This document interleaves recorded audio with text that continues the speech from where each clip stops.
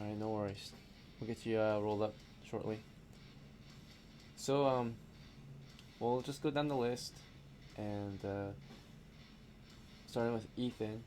BOLMER was killed in action just yesterday, so you'll have to roll up another one. Go ahead and get started with rolling. You should be able to open the dice tray. Yep. So it's an 8. So I got 8. Roll. 6. Oh no. 15. Okay, that's good. 13.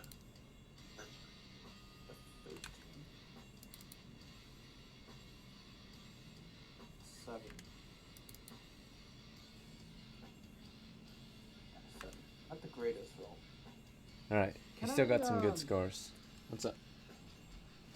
Can I use the reroll to reroll the entire stats? Or only one? It only rolls your last roll. So whatever you rolled last, you can re-roll it. Okay. So I guess it would be a charisma if you really want to, but I wouldn't waste it here. Scores don't matter too much.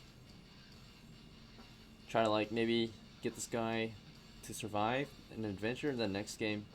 If anything, you can send him to the back, right? Make him a retainer, or just kind of build him up. Yeah. Build up your roster again. So that's the characters. Yeah. So Probably make him a cleric. unfortunately, in the last game, we lost, so there's nothing to really gain from that one, but maybe some knowledge, past experience. Archer is probably a good idea. Okay. Alright, so what class?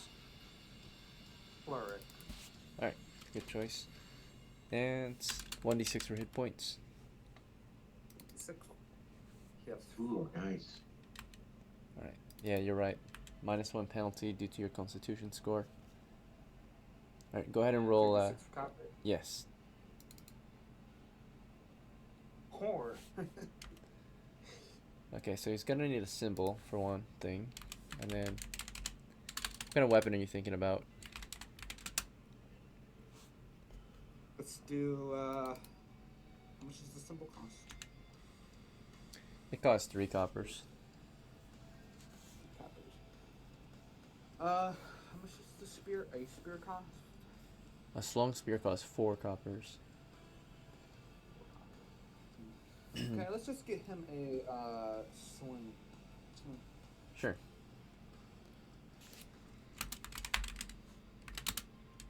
He's mainly going to be helping things. And Alright, you're down to 2. You can get a knife, but you won't have any means to carry it. Because you've only got 2 coppers left. Let's see. You can get a lightweight dagger. It would only cost 2 coppers as well, actually. Maybe a light knife, like a small knife, and a sheath for it would only cost 2 coppers. a dagger that's 3, I thought it was 1. No, okay.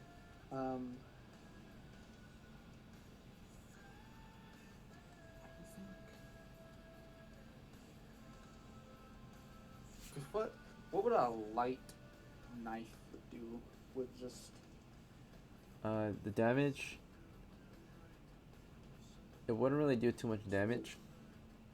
It's mainly for utility purposes, like cutting ropes or something, right? Strings. Yeah. But it's only half effective as a knife is, because it's a smaller or lighter one. It still does the job, but at half the speed. I think I'm just going to have to go out with a melee weapon. This is bad. You could afford a staff or a pole, or maybe even a small tool instead. Like a small pickaxe or a small, like a hatchet, right? A small axe. It serves as both a weapon and a tool.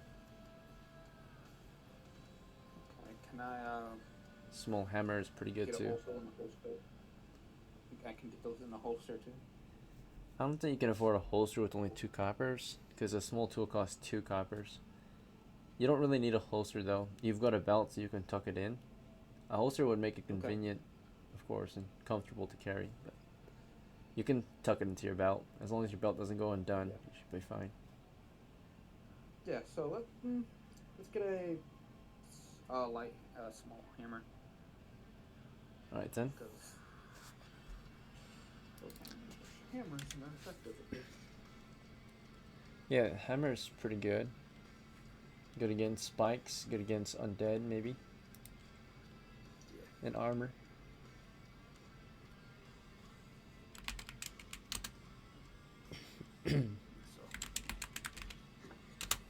Wasn't expecting to roll so low on his money, so.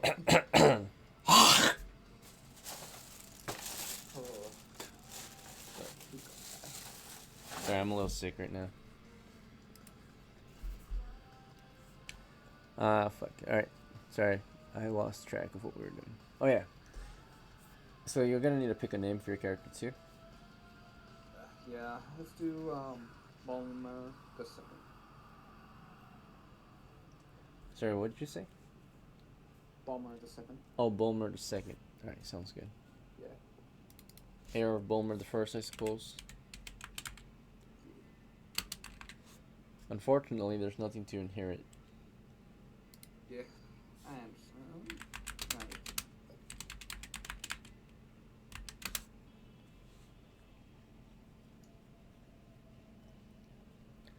Alright. I think that's it. So, Lo, it's your turn. Go ahead and start rolling your ability scores. If you open the dice tray, you can click on the D6s 3 times and then click roll. And I'll be able to see your roll. So, dice tray. Yep, there you go. 13. Nice. Good start. Alright. Go ahead. 12? Okay.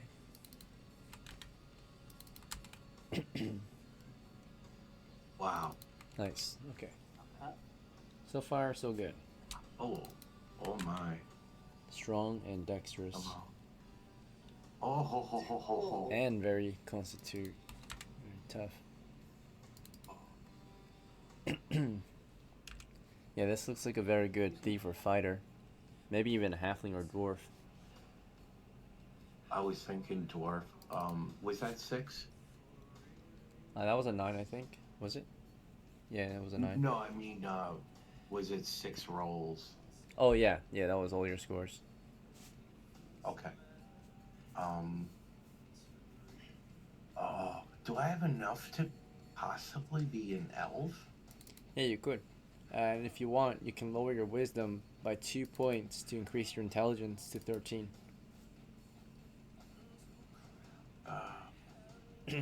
Then you would have, like, Prerequisite bonus. Do you allow elves to have 1 spell in first level? Yes. Yep, they have 1 spell like magic users. Let's do that. I want to be an elf. Alright, sounds good. Did you want to adjust your scores, or are you okay with how they are? You know, is there a record of all the scores that I did? Because I don't remember. I have a terrible memory. Yep, I've got it on the screen. I can try to zoom in. These are yours right here. Okay, strength. Constitution. Okay, I think that's good. I think we'll stick with that. All right. +1 for strength. I was gonna suggest maybe if you want, you can increase your intelligence. In order to do that, you can lower your wisdom by 2 points and increase your intelligence by 1 point. I don't want to do that unless an elf requires a 13 intelligence. I don't remember. It doesn't. It's just that if you do, you would get a bonus language, right? Because you would have a 13 intelligence. Right, I see that. I want to keep it the way it is because I can.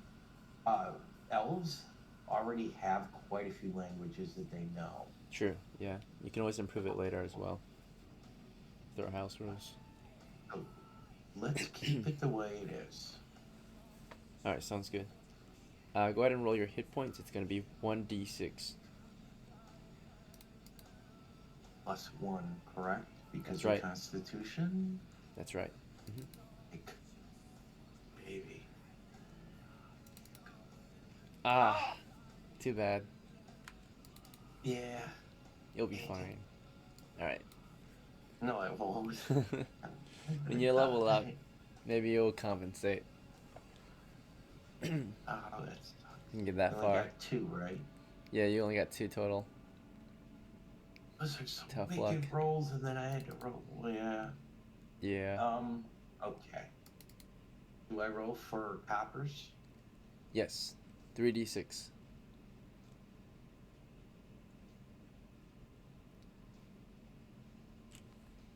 12 copper. Alright, so the first thing we'll need to get you is a spell book, costing you 3 coppers. And for your spells, you can either choose one, or get 2 random spells, or 2 mentor chosen spells. So, what do you think? Did you say that again? Yeah, so we have 3 options for your spells. The spells that you can start with in your book. Here's the PDF. Let's see. Here's the spells. Alright, so your first option is you can start with 1 spell of your choice in your book. Your second option is you can have 2 random spells in your book. Your third option and your last option is you can have 2 mentor chosen spells, as if the dungeon master will typically choose them for you. But in the game world, the idea is that you've got a mentor and he taught you his spells. That's pretty cool.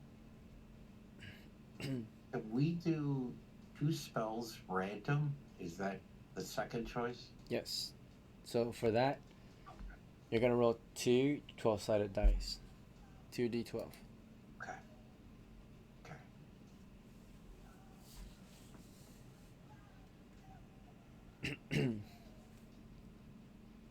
What happens if I get the same So, yeah. number? If you get the same, you can roll again one more time. So just go ahead. 5 and 6. Light and magic missile. Nice. Those are both really good, actually. Oh, 2. Those are both excellent. Too bad I have 2 hit points. Damn it. I guess you'll focus on casting spells from the back. Yeah. Alright, so final step is to finish buying your gear and to pick a name. So you've got 9 coppers left. Do you know what you want? Yes, hold on.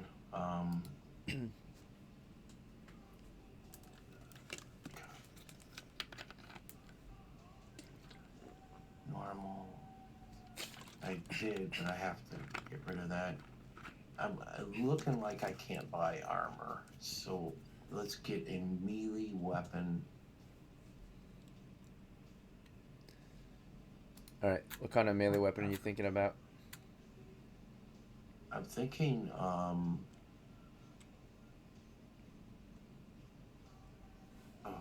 he's...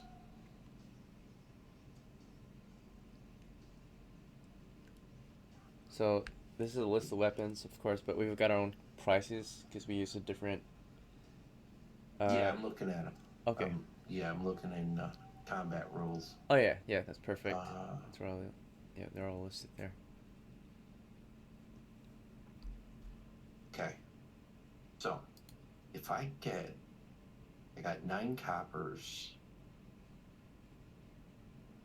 short bow, and dagger, 2 copper pieces, and a dagger's 3. That's 5. But you still need a quiver and and arrows. yeah, I'm looking for them. Yeah, so arrows. it's just 1 copper for each. The Okay, quiver, and then yeah. I'm going to buy 4 arrows with the rest of the copper. Well, and try to be. Can I do that? well, 10 arrows is only 1 copper. So, Oh, okay. I misread that. I'm sorry. I'll buy uh, two ten, two coppers, which will give me 20 arrows. Correct. yes. And then a dagger with a sheath is 4 coppers total. A short bow, quiver, and 20 arrows is 5 coppers total. So that would be all your money. Is that okay? That's fine. That's fine. Alright. That's good. Man, I wish I had more hit points, but I'll try to stay ranged. What I'll try to do. Yeah, that'll be probably your best bet.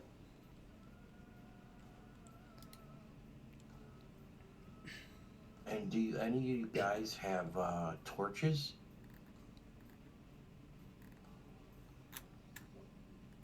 Fortunately, I don't think so. Because I don't want to. I want to use my light spell as a weapon. By blinding people.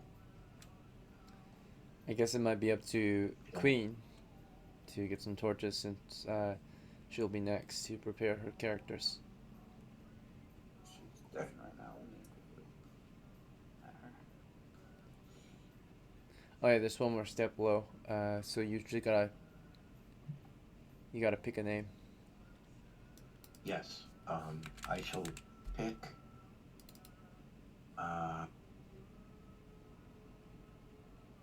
FALRANTH.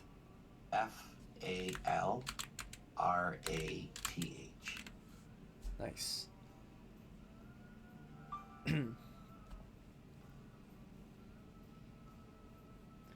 Alright then. Well, you guys are ready to go. Good job. I think we're just waiting on Queen now. Could you add FALRANTH the Green? Sure. Yeah, I can put in your reputation. Yeah, it's your nickname. Alright, now it's actually your turn, Queen. My bad. Okay, we're done. No, Queen! I think she's totally muted with headphones and the microphone. Yeah, she keeps on.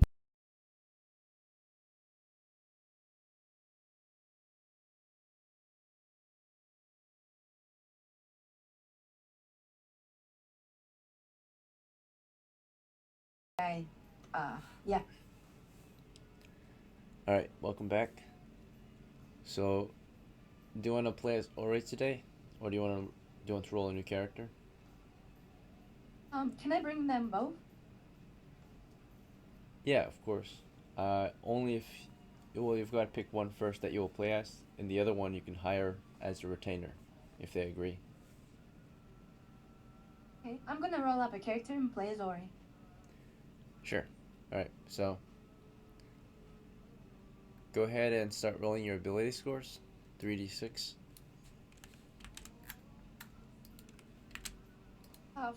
14. Okay. 11.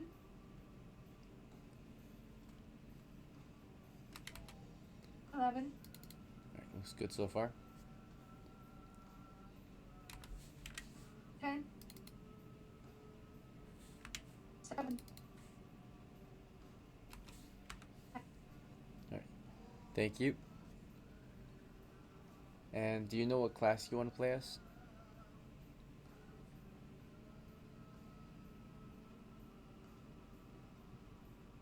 Yes, I'm gonna go a fighter. Alright. Sounds good. For your hit points, go ahead and roll 1d8. 3. So that's a 2. That's right. -1 penalty due to your low con. Go ahead and roll 3d6 for money. 10. Okay. And then what kind of gear do you want? Can I get a polearm? Yes, but that's 10 coppers. Is that fine? Yeah, I need it. I really need it, so I'll take it. Okay, sure. And what do you want to name this character? Uh, CLEANA. How do you spell that? Clean and then A. Okay. Yeah. Alright, so this character, if you hire them as an NPC, or if you hire them as a retainer, they're considered an NPC, non-playable, right? Because you only get one PC. So as Ori would have to, of course, meet with CLEANA in the game world and negotiate the terms of hiring CLEANA as a retainer. So of course, Ori, with some experience under her belt already, at some point she met up with CLEANA, who's new, right, to the team, or possibly right to the team. She's definitely new, and she's attempting to hire her. So these standard negotiations typically include that you will make an offering. Typically, you will offer a level 1 retainer who's never adventured before at the very minimum 1 copper piece per day and half a share. Is that fine? Yeah, I'll do that. Okay, sounds good. And then you might want to check in with your fellow party members to see how they think about you bringing in a retainer, whether they're going to take a share from the party's funds or a share from your own personal gain after the party has split the hook. I'm going to make her take a share from my own. From your own. Okay, so in that case, there's no issues. However, of course, she and you would be making a little less than the others, right? So just bear that in mind. Of course, you guys can renegotiate later if you guys think that the other two didn't do enough. Maybe if your retainer did more, maybe you guys might discuss or rethink the shares. Maybe you guys will have the retainer earn a normal party half share. But at the moment, yeah, you're paying her out of your own pocket, basically, right? Like your own share. So, and CLEANA, of course, shouldn't have any qualms with it, and the party shouldn't have too many qualms with it. The only issue is more so on your part, because if the others don't do as much and you do a lot of the work, they're getting paid more than you, technically, right? Currently. Well, I trust my team, so I think we can make it work. Okay, all right then. And of course, Ethan and Lo, you know that Ori's bringing a retainer, and will be paying the retainer out of her share. So are you guys alright with this? Yeah, I'm perfectly fine. It shouldn't, cause you any issue. Absolutely. Okay. Yeah. Alright, sounds good. Alright, and I'll grab your old character sheet for Ori, so you can get Ori ready too. Do you have a question? Yeah. The only question I had is, how much do the spell cost? Spells? Like scrolls or spells for your book? Scrolls, sorry. Yeah. Scrolls? Yeah, scrolls, sorry. A level 1 scroll is only 20 coppers in our game. We have a house rule for scrolls and spells. So, a different economy, or, different system for, Okay. spell costs and such. And what about grenades? I'm gonna have to double check the combat rules just a moment. It's been a moment since anyone bought any siege equipment. But it is a good No idea worries.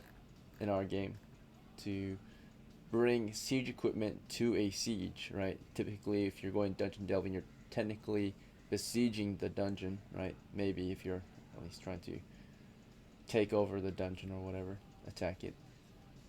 So a shrapnel grenade in our game costs 10 coppers, 1 silver.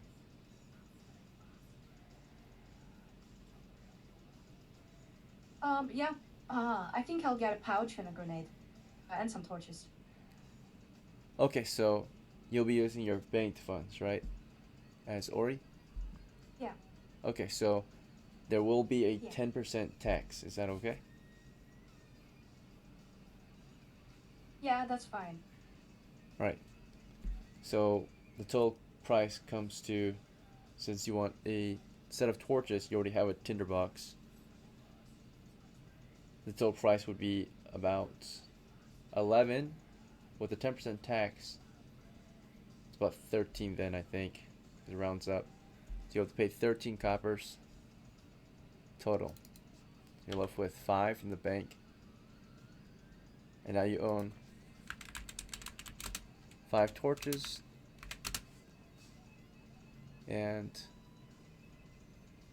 you also own, what was it? Oh yeah, the grenade. Oh, you want a pouch too, right? Forgot to add that. I'll do that real quick.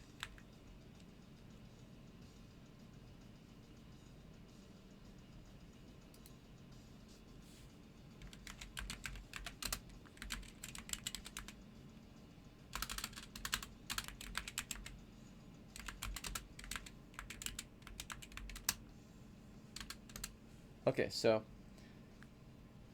Oh, you're deafened again. I think these two guns, I can see them undeafening and deafening. Maybe they're having. They were. She was talking about having some problems with microphone, so could be that. Yeah, probably.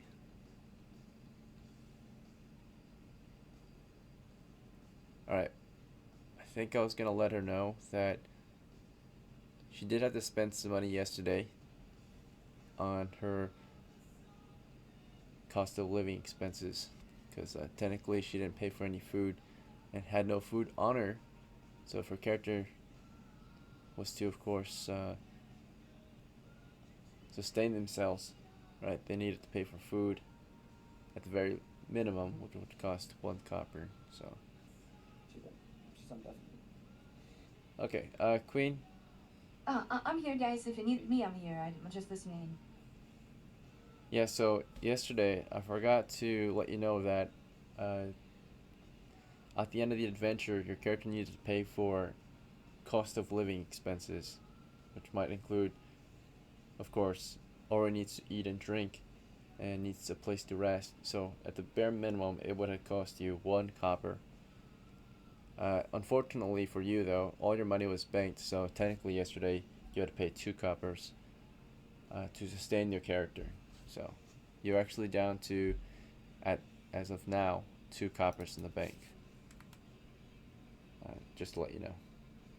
Yeah, no worries. At least I got everything I wanted, right? Right. So, for those who are not familiar, there are upkeep expenses. Naturally, living is not free. When your characters are not adventuring, right, they're able to sustain themselves. But if they're spending their day adventuring, they need to feed themselves, right? Because after the adventure, they're not working, right? They're getting off their shift and need to go eat and rest. And technically, their job for the day was adventuring. So if you didn't make any money that day, it's gonna deduct. It has to deduct from something. Now, if you're not adventuring, your character spends the day, as long as there's employment available where you're at, spends the day sustaining themselves, whether it be in the wilderness, in a town. As long as they have a means to sustain themselves, you don't have to worry about upkeep. But like, let's say if you were imprisoned or you were trapped in the dungeon, right? If you're trapped in the dungeon, the only way you can sustain yourself is if you brought enough provisions to last you for all those days. Otherwise, you'll eventually just starve and die in the dungeon, right? So if you're stranded on an island, for example, with no resources for whatever reason, right? It's just like a rocky island or in the middle of the sea, you will eventually just die off. You don't get to survive until you play again, right? So that's another thing I forgot to mention below, I think, from what we've been doing for the past few games. Some people have had issues with it, but it's not really too big of an impact. More so though, it's so that players who come to play are not punished as much as players who don't play. Especially those who just become inactive, and it's also kind of a drive. It's a driving factor to make you want to make money, right? Because you gotta make money to live.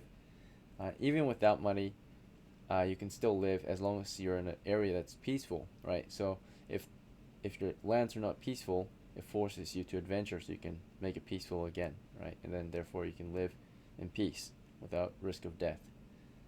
Currently, your base is a safe place at the moment, but as time goes on, it will eventually get more and more dangerous, and you'll be forced into certain adventures. For now, you have a bit more freedom upon arrival.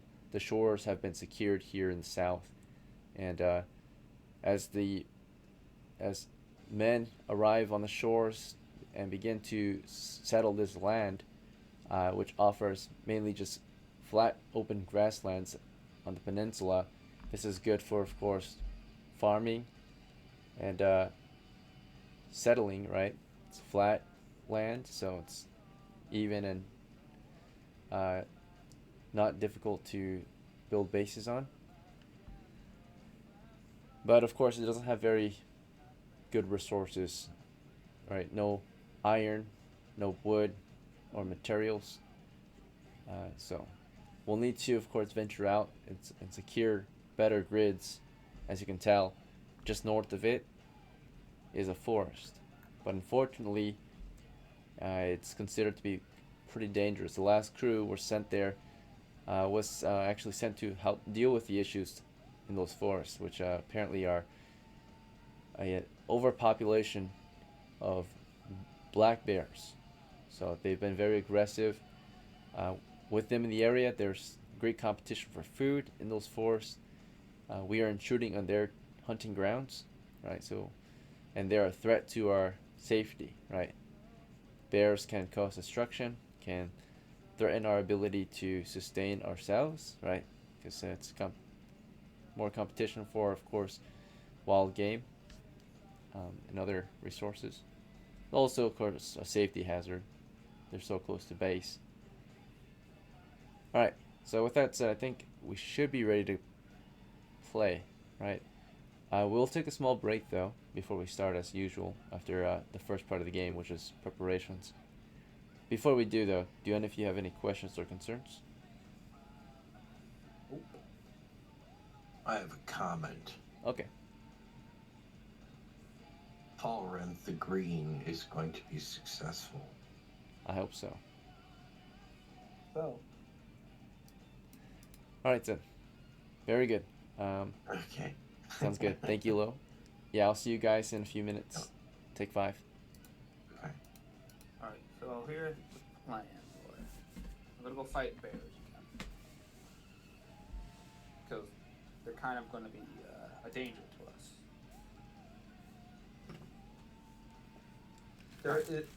We've been to a cave already where the first BOLMER died, unfortunately.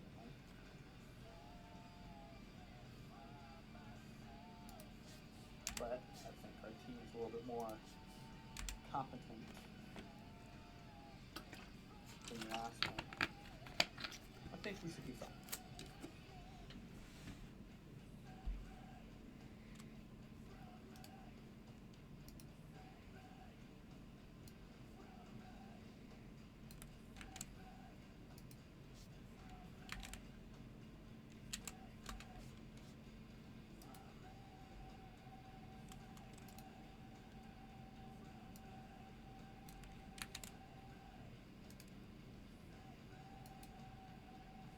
These bears should be pretty.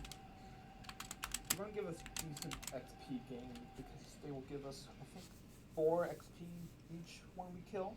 They're 4 hit dice. So. You said they also have a +3 to hit, so be careful. And plus their combat ability to have a higher hit die than that, so. They also get another +4, so they have a constant +7 to hit if they miss, or double damage. So be careful, maybe.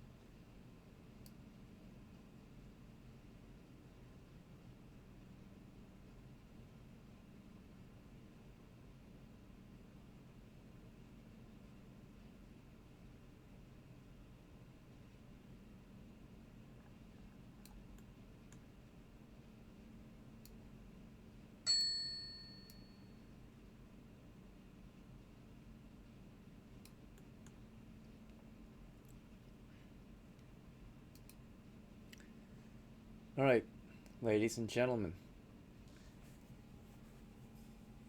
The break is over. But I just noticed that Queen is deafened again. Oh, maybe not. Alright, so welcome back. We are now going to start playing the game. So, to start off, of course, just a reminder, the game is played in 3 simple steps. I'll be describing to you a situation. You all get to choose what your character will do, and then we'll roll the dice to determine any results. Alright, so additionally, since it's the start of the game, I'll also provide some background information so you have a better idea what you might do moving forward given the situation you're in. So, before we start, some background information. Your party of 3 formed up here in the base town on this peninsula south of this northern country. And your recent arrivals, Ori being the only one who has been here for at least a day. But you're among the new adventurers arriving here at the base, and immediately are more than likely going to be tasked out to of course, clear the grids ahead and take on adventuring work, as is your occupation, right? Would have you do. So, most of the settlers here, majority of them are here to settle the lands and establish a foothold on this peninsula. But adventuring types will, of course, continue to do their job and hunt monsters and treasures, and more importantly, at this current time of the campaign, will help clear monster-infested grids so that they may be settled, right? Currently, we know that the forests directly north of the base are overpopulated with a black bear, with many black bears, right, who posed to be a threat to, of course, the advance of this new base. However, it's been proven to be pretty dangerous. And the last team to have been sent out there, some of the best of the men we've got currently, only one returned, including one of the survivors. Or only one returned, including one of the members of your party, I mean. And that's Ori, Elven veteran, right? She was out there with a team of 3, and only she made it back during their visit into a cave. Now, they did have some hired assistants lead them to the cave, but they did not join them, or this guide or scout did not join them during the delve into the cave. So there were technically 2 survivors, but only 1 from the cave, right, which is Ori. Now you can continue to take on this adventure and try to clear out that cave north of the base. There were a few caves out there among those forests, right? Many different bear families. But you've also heard of more local jobs to be done around base, and even jobs further out if you're interested. So, for the jobs further out,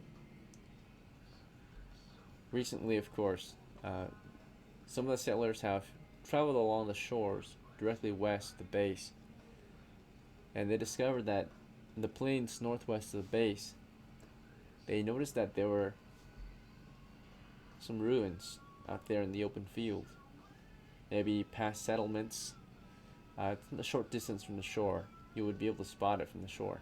So if you were to march up the coast northwest of base, you would be able to find this ruined settlement. And they've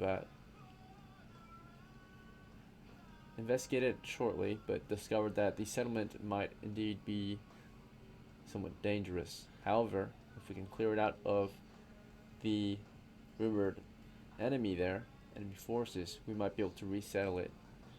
They believe that it's currently infested with monstrously sized rats that have made it their home. If you've got the ability to clear them out, maybe this old settlement can be reestablished and resettled, right? So this old settlement northwest of base. It's just like a hamlet, a few dozen buildings out there, right? So if you're interested, you can go out and try to clear some of those buildings of giant rats, or you can take on the more dangerous jobs north of here. And lastly, on base there are a few jobs too. There's base defense jobs available. Apparently, on the outskirts, every now and then there have been bear sightings, and so if there is a bear sighting, a group of hunters will go out to either drive off the bear or maybe even try to hunt it down. At the very least, report the bear sighting and keep eyes on it if it decides to get aggressive, right? Other jobs, adventuring jobs, right, include helping to secure the shore. Apparently, it has been somewhat dangerous out on the coast. With the traffic between the southern lands and here, there have indeed, unfortunately, been pirates. So if you're interested, it's pretty advanced maybe, but you'll join a crew on a ship for a bit and help transport settlers across the waters, right? And help defend the ship in case of a pirate attack. Finally, other base jobs besides base defense and of course transport, there's just other simpler jobs available too that are not very adventurous, not very rewarding maybe, but yeah, I suppose other base jobs might include hunting for the base, going out and gathering food of all kinds, right? Foraging or hunting, whatever you can bring back, you'll get paid for, because there's been difficulties, right? We don't have any farms established yet here at the base, so right now we're sustaining ourselves from fishing, from the provisions we brought to base. All right, enough background information. I think you guys heard enough. So I hope that's enough to get you an idea of what you might want to do. Today is another full day in October. It's day 16 of year 10 in October. Yeah, what would you guys like to do? So, I think going up to that abandoned settlement sounds like a decent idea. I vote for the rats. Take out some giant rats. What? Yeah, what do you think, Lo? I vote for the settlement. Yeah. Giant rats. We go to the settlement. All right, sounds good. So you've all agreed on a plan. Now, a course of action would be to decide a course of travel. So as you heard before, most groups headed there are able to find the settlement by following the shore, because if you travel up the coast, you'll be able to spot it. Exactly. Now, if you want to take a different course of travel for whatever reason, you can, of course. How would your party like to approach this ruin of a settlement? Oh, the West Shore. The usual. All right, sounds good. The most direct path. All right. Sounds good. Alright, so early in the morning, after taking some time to prepare, make plans, not long after you set out for the coast and begin marching up northwest in search of this abandoned settlement. During your travels, you'll make your way across the fields, you will follow the coastline, and eventually you might more than likely spot the ruined settlement further inland and away from the coast, right? During this time, it would be just standard march period, and it would take you maybe about an hour to get there, given that your rate of movement is, I think, light footman rate. You march at the rate of 3 miles an hour, and every grid is roughly 3 miles, so I believe it might take you about maybe an hour or an hour and a half, maybe 2 hours max. Now it is a diagonal lane of movement, which typically consists, or it's considered 4.5 miles then. So from base, for example, from base to the next grid, toward the heart of the next grid, that's about 4.5 miles. Alright. So it should take you about maybe an hour and a half to get there. During that time, there is a very low chance of encountering anything, but there is still a chance. So we'll check for any wandering monsters during your travels. Any questions or concerns while you travel? Nope. Alright. So our party of 4, consisting of BOLMER, FALRANTH the Green, Ori, and the new retainer, CLEANA, begin marching northwest. The chances for a wandering monster in this case, it's typically 1 in 6 chance per day, but during an 8-hour shift, which is considered a day's shift, it's 1/6 times 1/8. So on 2 ones, that indicates that there's an encounter during this particular hour of the day.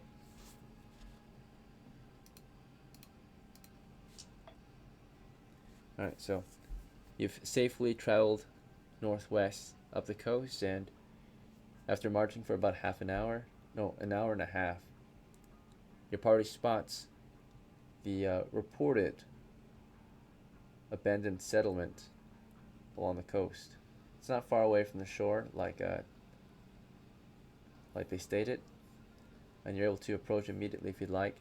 Now, you spot it from the southeast, of course. You see it to the northwest, slightly more northward, right? Because it's not directly along the coast. It's a safe distance from the coast.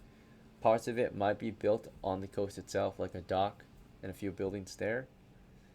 But it's considered a hamlet, which is about a dozen or so buildings. So the majority of the buildings are further inland, while maybe a few buildings are actually on the actual coast. Does that make sense? So I guess it's an abandoned coastal settlement. I'll mark it on your map.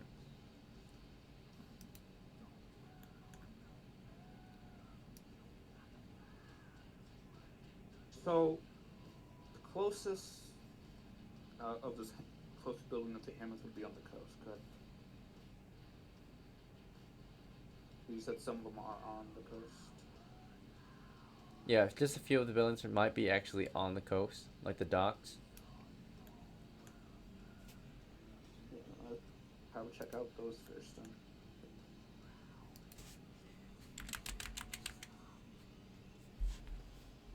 Alright. So, at this point, would you guys like some time to discuss your plans and how you want to approach, or are you ready to take action? I say we go to the closest building and we clear and try to clear it out. That's what I said. I agree. I'm done with that plan. All right. The nearest Going building. closest. Okay. Yep, so you've declared your action. You're approaching the closest building. DM, Yes. can FALRANTH cock an arrow, notch an arrow in his short bow Yes. while Yes, you we're may. going towards it? Okay.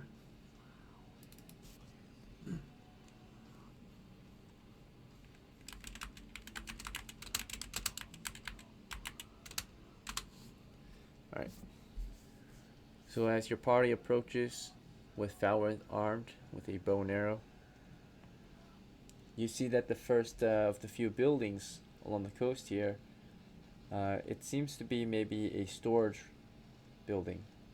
It's in ruin, but you can tell that it's some kind of storehouse given the design.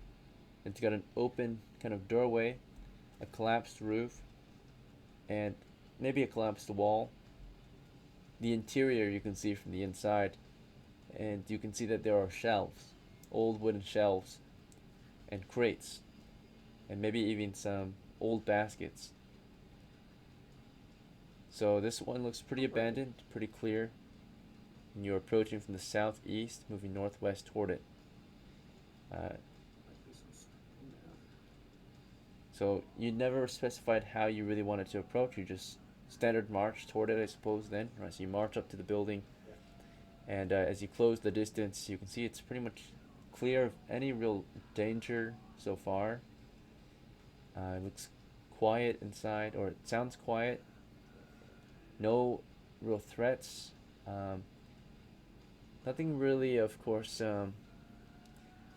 salvageable, really. There are some old tools and supplies in here that might be of use to the settlement. If you can take it and sell it back to the settlement, right?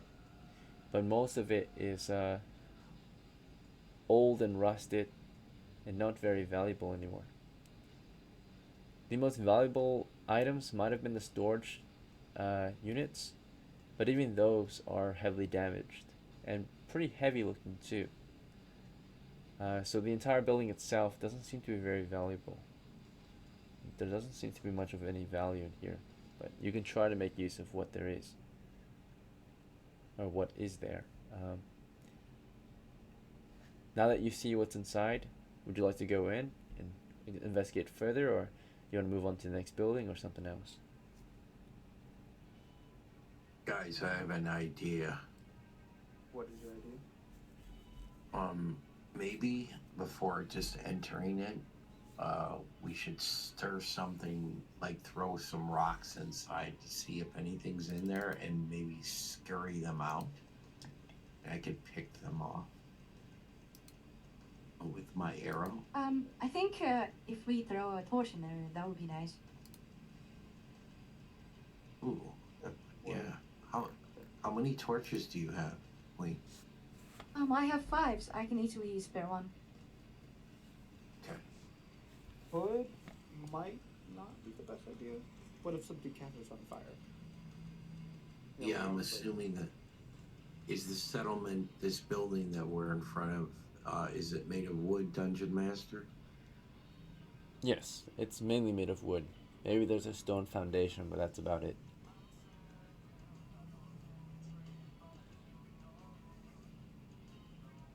We could, yeah, I think we'd set the whole thing on fire and that would Alright. attract things I from a personally, long distance. Yeah, I don't think that's the best idea. I think throwing a rock might be the best idea. See if okay. anything rocks. But I do have stones. Okay. So maybe shoot one, try to go inside the building. Is there a broken window or an open doorway to the building? There is a collapsed wall and Yeah, so Oh, okay. there is an opening into the building. There's a collapsed wall, like he mentioned, and there's also, of course, the open doorway. There's no door there, just kind of an open doorway leading in. This doorway is on the north side of the building, and the collapse is toward the west side of the building. It faces the west side, which faces the water, right? So maybe the strong sea breeze eventually tore it down. Who knows, right? So I'm gonna go ahead and yeah. I'm gonna fling a stone in there and see if we can get a reaction, if there's anything there. Alright, so as we start to take action, as BOLMER prepares to throw a rock in there, will FALRANTH or Ori or her retainer do anything in the meantime? I Yeah. will. I'm gonna I'm gonna have my spear ready. And she's gonna have her polearm ready.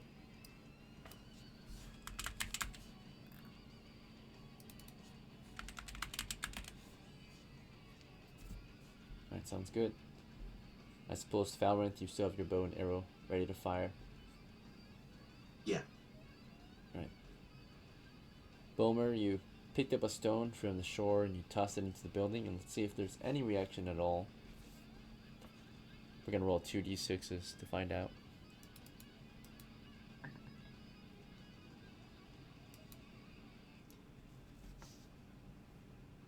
There's no reaction.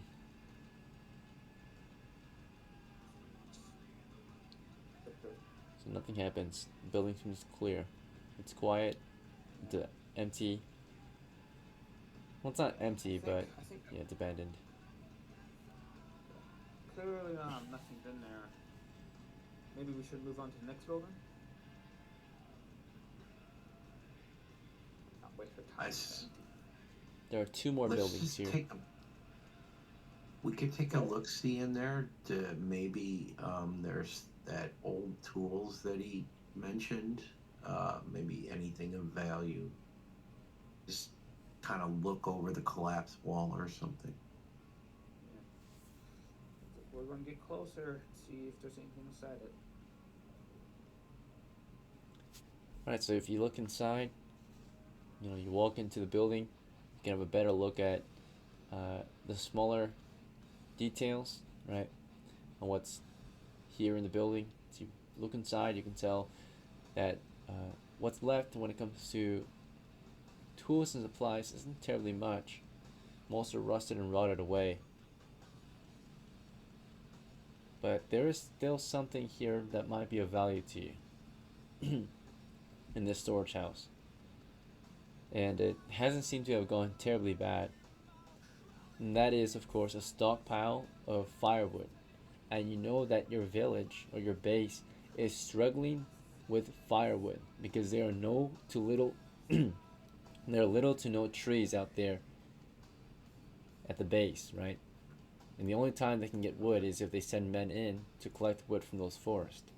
Now there's a stockpile of wood here, right? Now it would take a while to transport this by hand or by bags, but you could report this to the authorities at base, and maybe they might pay you for your discovery, right? Yeah. And probably give a little pretty penny, maybe. Now you could take some back with you to sell, but naturally, Let's definitely take a note of this, and so that it's advantageous for us when we come back, so we can tell somebody, like you said, we might get paid.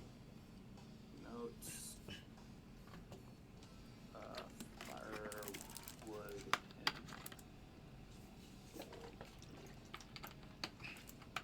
and can't spell storage. What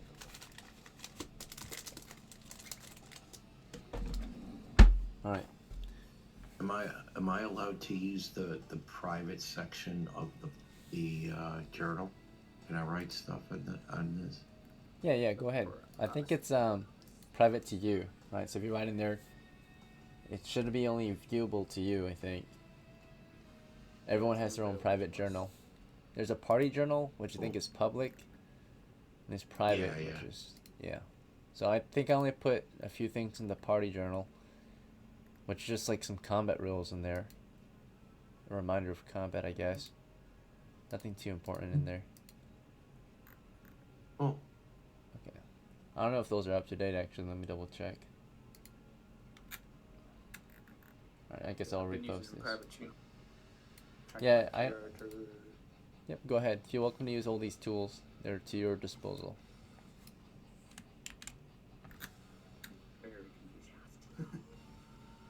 I like owlbear. Yeah, it's pretty good. I had players use in the past. I wanted players to use in the past. It's just you weren't here from it back then. They used to heavily abuse it, unfortunately. So we had to stop. Another thing why we stopped is because some of the players were on mobile only and had issues connecting to it. Yeah, that's understandable. Yeah, I was there when we used to use it. And yeah, people used to draw bad things. And I was one of those people who couldn't use it most of the time because I was on mobile, but sometimes I could because I had my laptop sometimes. But it's fine now. Yeah, Oh, we don't helpful. really have anyone with issues anymore. So, all right. So let's proceed. You've taken note of this first building. There are two others to check out if you'd like. Yep. Keep exploring. Let's go to another. building. Is there any sign of rats? I mean, I was under the impression that there were a lot of rats. Now you don't see any rats here, but you do smell animal. Oh, yeah. Kind of in the open. Yeah, you don't see any out in the open or in the direct vicinity of the interior. Maybe they're under the rubble or underground, hiding. It is daytime. Dungeon Master, Yes. is there rat droppings inside? Yes, you see them. They're all over the floor, Ooh. and it smells like it too. Do you Okay. guys think it would be a good idea to burn all this, or maybe expose the rats, or? I don't think that's the best idea because the town may or may not want to use this, like rebuild it. It uses as a storage house again. Okay.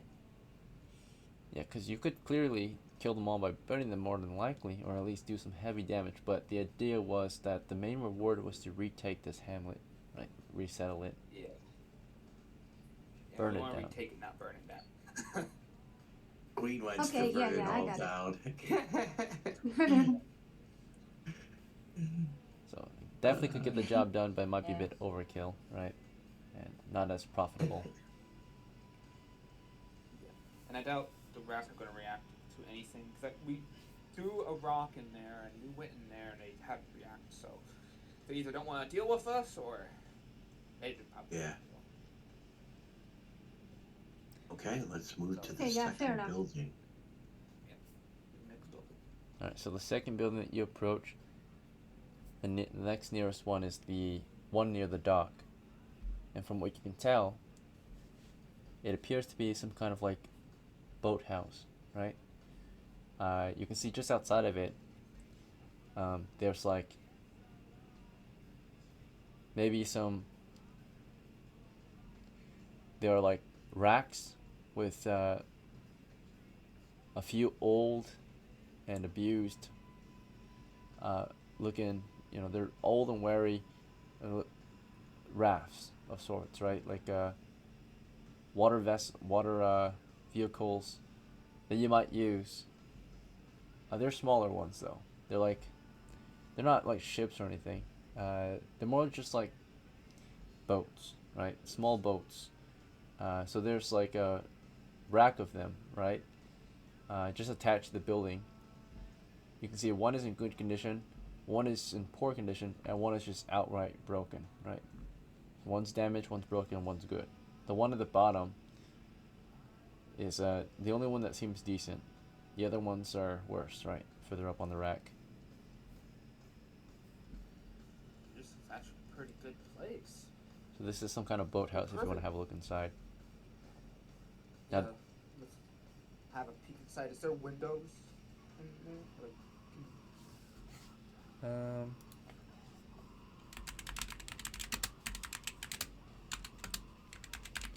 it's a small boathouse.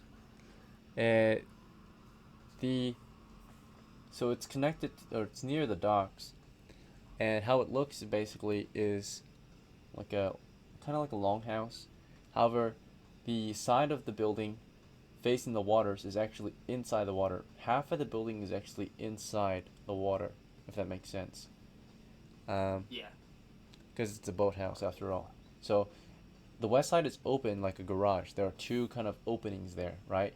And you can see inside that there are two very badly damaged boats. One's tipped over and one is just like very moldy and disgusting. So one's tipped over, there's a hole in it. The other one's also like very badly damaged. They're just kind of floating.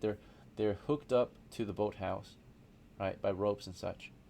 But they're like parked in the boathouse, in the waters within the boathouse, if that makes sense. So we got water vehicles here. That's like the main valuable thing that this building might provide you, including tools and the necessary supplies to maintain these boats. However, most of it is badly damaged. The building itself, the side facing the waters, is heavily damaged. The roof, of course, like the other building, seems to be collapsed or like it was burned, right, at some point. Parts of the walls are burned and scorched. So from what you've been telling or what you've been seeing out here, it looks like if there were settlers here, at some point they were raided, right? And they were forced to either abandon the place, or they fled, or they were all captured and killed. From what you can tell in here so far as you look inside, from the doorway, which is on the east side of the building, which is the side you're on, as you look through the doorway, it's an open door, it's a collapsed roof, it's got damage to the walls. The walls are pretty sturdy still, but there's definitely some damage. The western side has the most damage, and including the rooftop and some of the sides of the walls that were scorched, right, with maybe fire and oil at some point. Otherwise, it's still a structure. Yeah, it's a boathouse. Yeah. Does this look like like human buildings? A humanoid-made building, Like or a human-made building. humanoid human. Yeah, it looks man-made. Do we know of any other? Settlements try to settle. From your country, you might be the first, right? But maybe other countries have tried settling these lands, and who knows what's out there, right? Maybe your country also had, of course, others living out there, right? The wild men, the orcs, other other competition, Probably other enemy more. factions. So who knows what's out here? We haven't made any contact with any other intelligent races yet, right? This base has only made contact with mainly wild animals so far, and bears, and of course pirates from the south, right? They don't really affect our shorelines or anything, but they affect those who are traveling trying to get here to base, right? So But it is clear that there is something out here that's intelligent enough to burn stuff down. yeah. Now the damage to these buildings look quite old. Like these are old, ruined, wooden buildings, right? Maybe like a few decades old, right? They've been here for a while, Alright. left alone. The house does the so old. Probably not the best idea to enter it since it could break on us and it could fall in the water or something. Yeah, half the building is constructed over the water. Yeah.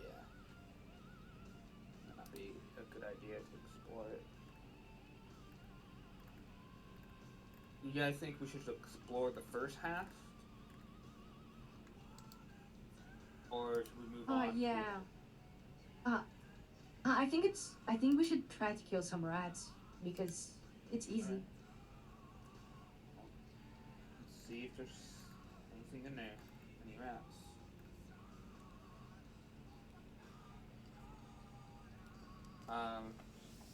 May I, that's probably not the best idea for me to do this. Could someone else step into the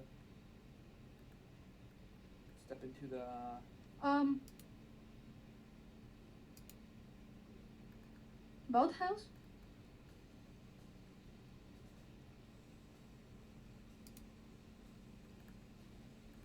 what? Step into which house? It's one with, I'm blanking on what it's called. It's the dock house. Boathouse. Oh, boat. Yeah. yeah. There. How about I prod it with my spear? You wanna prod into it? Explore in. That sounds good to me. Your voice is glitching out, Ori. Maybe CLEANA can prod for any openings with her polearm There's a couple. in the floor. In the floor, openings in the floor. Okay. Sure. So as Ori and CLEANA make their way in, CLEANA, ordered by Ori of course, begins to prod at the floor, particularly looking for any openings to prod into. In the meantime, BOLMER and FALRANTH, are you just following in or anything else you want to try? I don't know. Just stand on guard with I do want to get my sling and stones out though. Okay, sure. FALRANTH will stand in the doorway, ready to fire at anything while they're prodding. I won't move completely into the boathouse. I will stay in the doorway while they go in.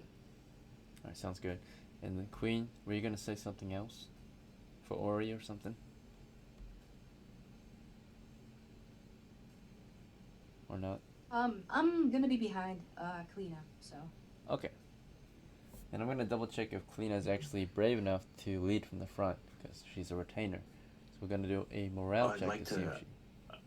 I'd like to give one more piece of advice to Ori and CLEANA. Also, look up above you every once in a while. Okay?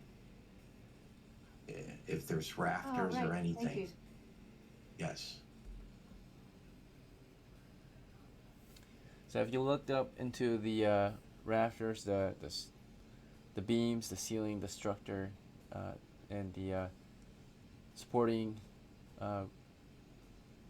planks and wooden beams that support what used to be there, right, which was a thatched ceiling.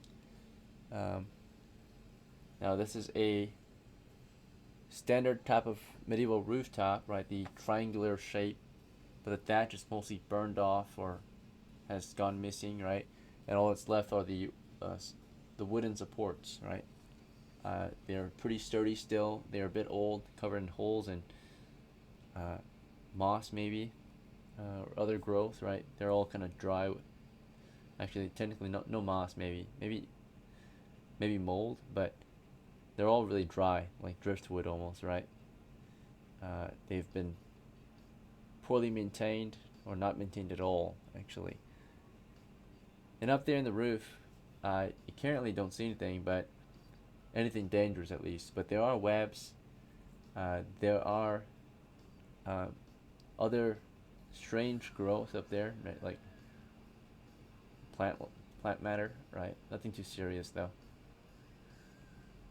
So you walk in, you're prodding the floor. I was gonna check to see if your retainer was actually brave enough to lead from the front. 5 indicates more than likely she is.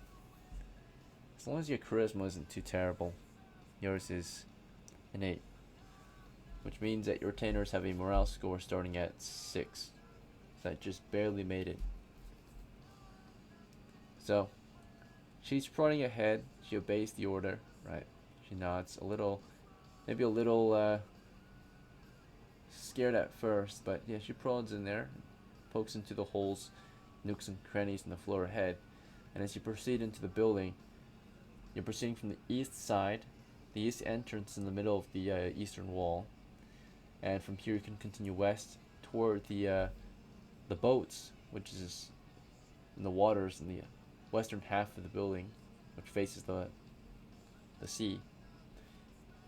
North is toward the north and toward the south.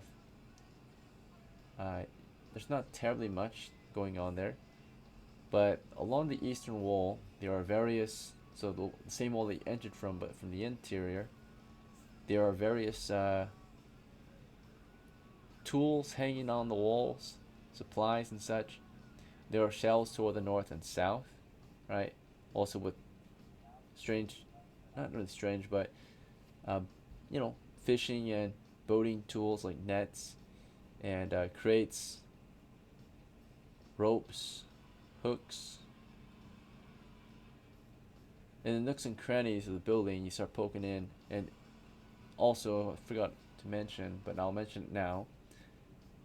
Upon approaching the building, or entering the building, I mean, you immediately begin to smell not just the sea breeze, but fecal matter, right?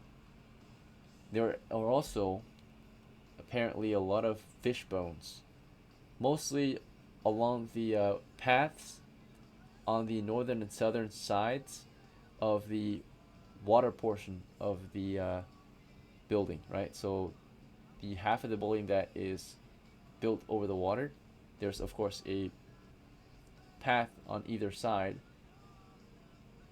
and you can see that there's like maybe ropes or ladders that might help you into the boats or into the water, but on the actual paths there are definitely fish bones there, right? So maybe there's been some fishing going on. Some of these fish bowls are very old from what you can tell, and some of them are very fresh with actual fish meat still on them, right? Crab meat, fish meat, and there's flies in here as well, just buzzing around, right? So some recent activity has been occurring here. Poking into the nooks and crannies. Let me see if there's any immediate. Oh, you have something to say? Yeah, I was gonna say, is it dark? No, it's well lit. The sea breeze, the Okay. light from the outside shines into the building. Maybe the eastern portion is a bit dimmer in certain areas, but not too serious. Yeah. Because mostly the western area is Gotta be wide sure. open. Yeah. Gotta make sure we see everything. Yep. Everything's visible in here. There's no real reactions, no immediate threats. After poking through the nooks and crannies in the floor, there's nothing. Dungeon Master. Yes. Can I see the rope, or is it just Ori and CLEANA that can see it? From where you are at, which is the eastern entrance, you can see some of the ropes on the south wall, if that's what you're talking about, or you can see some of the ladders going down into the waters, right? Yeah. I'm going to ask Ori if I don't know if Ori's a she or he. But assume she. Yeah. If she could grab some of that rope, that might be a good idea, that we could use it in the future. There's rope. Yeah, there was some rope. Isn't it covered with matting or?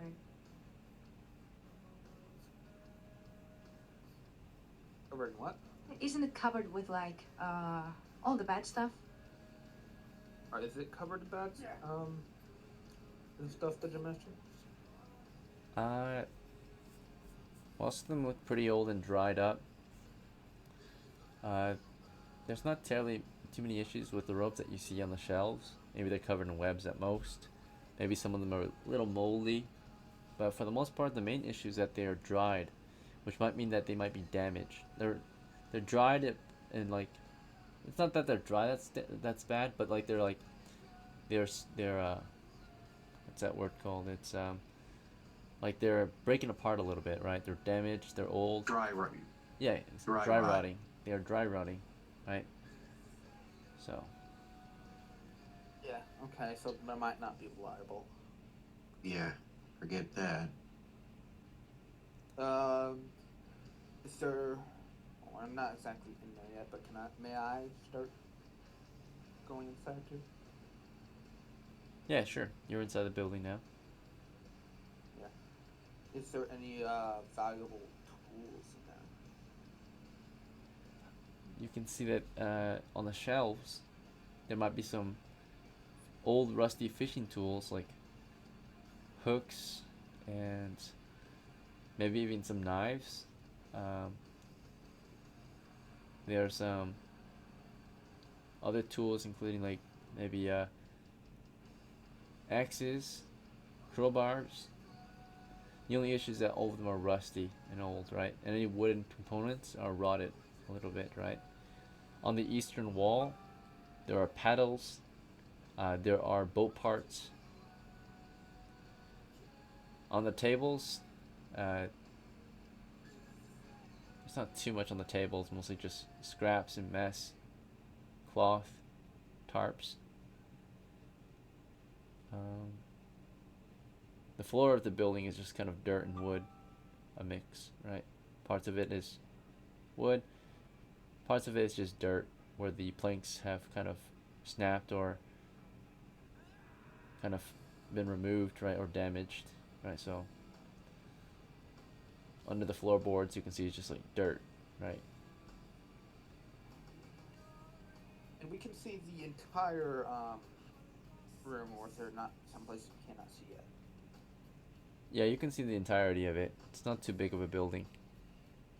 Yes, so it doesn't look like there's anything here. Okay. It looks like there's nothing in here. I think we should go to the next house. Yeah, if there's no activity except that we know the rats are here, it's just that we can't see them right now. That might not be a problem then, because aren't giant rats like really big? Yeah. Yeah. Alright, So, you don't let's see any move. giant rats. It's just the boathouse, Yeah. some tools, a couple boats, and that's about it. Move on to the next building. Or we could get in the one good boat and go into the middle of the ocean. Personally, I think we should just keep. I'm just joking. Sure, let's go on to the next one. Yeah, one boat is toppled, like it's flipped over. The other one is like still half floating in the water. Alright, you want to move on? Yeah, we're moving on. Yeah. Alright, very well.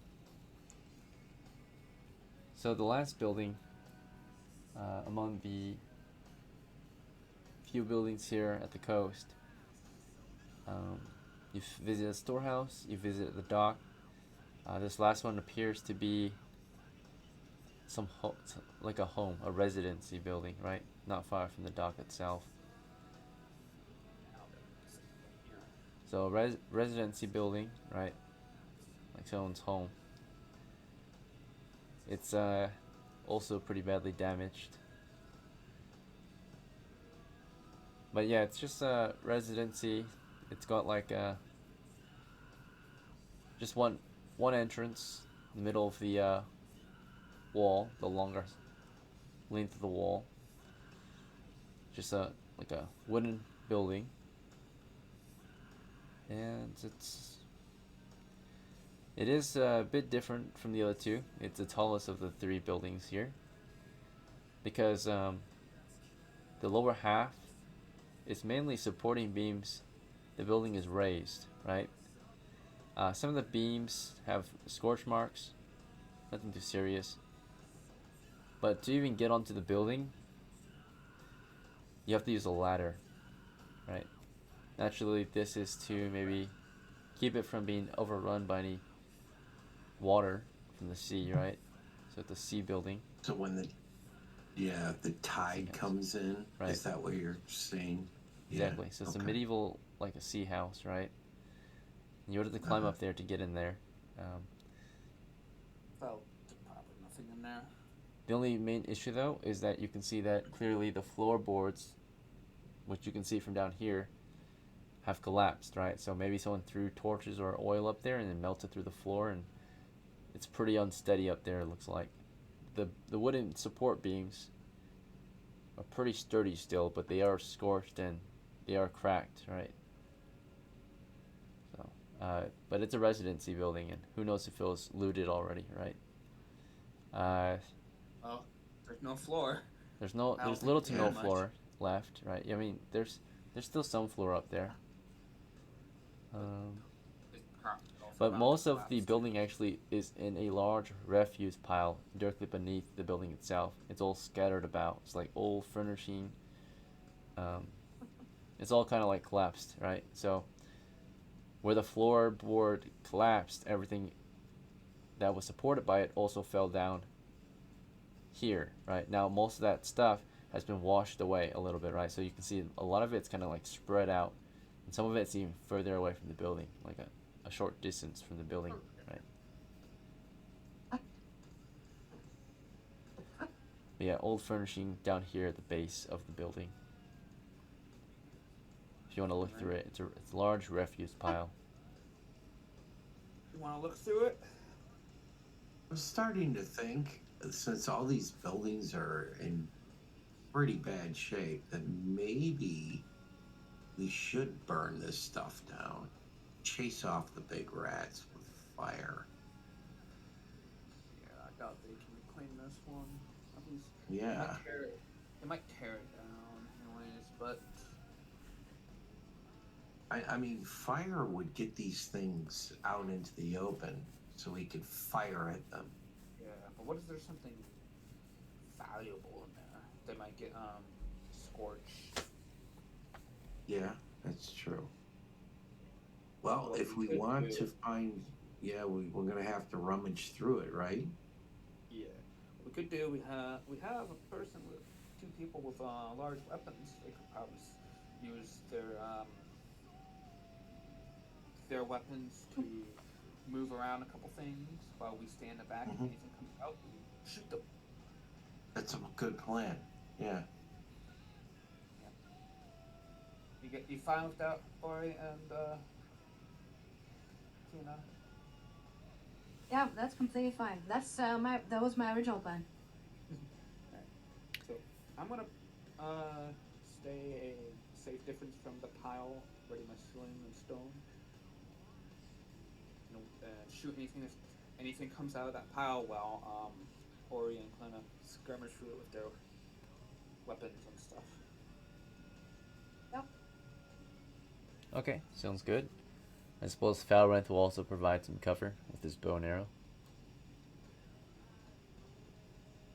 Or is there something else you want to try? I think I'll stay a little distance with the bow and arrow. That's correct. Alright, sounds good. Alright, so we are at an hour and 45 minutes in our game. So we are at a halftime break. So take 5. When you get back, we'll continue exploring this building.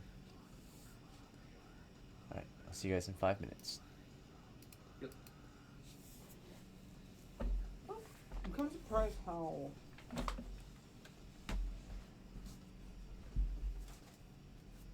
hard enough.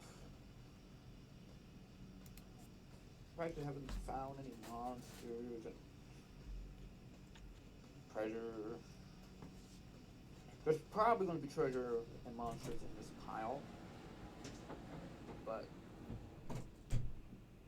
I don't know. Hopefully we find something to make money. At minimum, we can take some of the firewood and sell that, so we can keep living our characters' lives. So.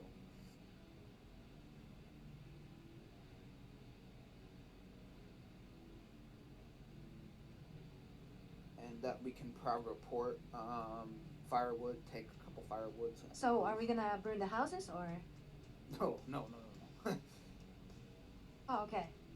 So what you're gonna do, you're gonna you and your retainer are going to use your guys' long weapons, your spear and your polearm, to move, like skirmish the pile, like move a couple things. And Okay. if anything out of that pile, me and try to say your name, FALRANTH. How do you say your name? Character's name, Lalo?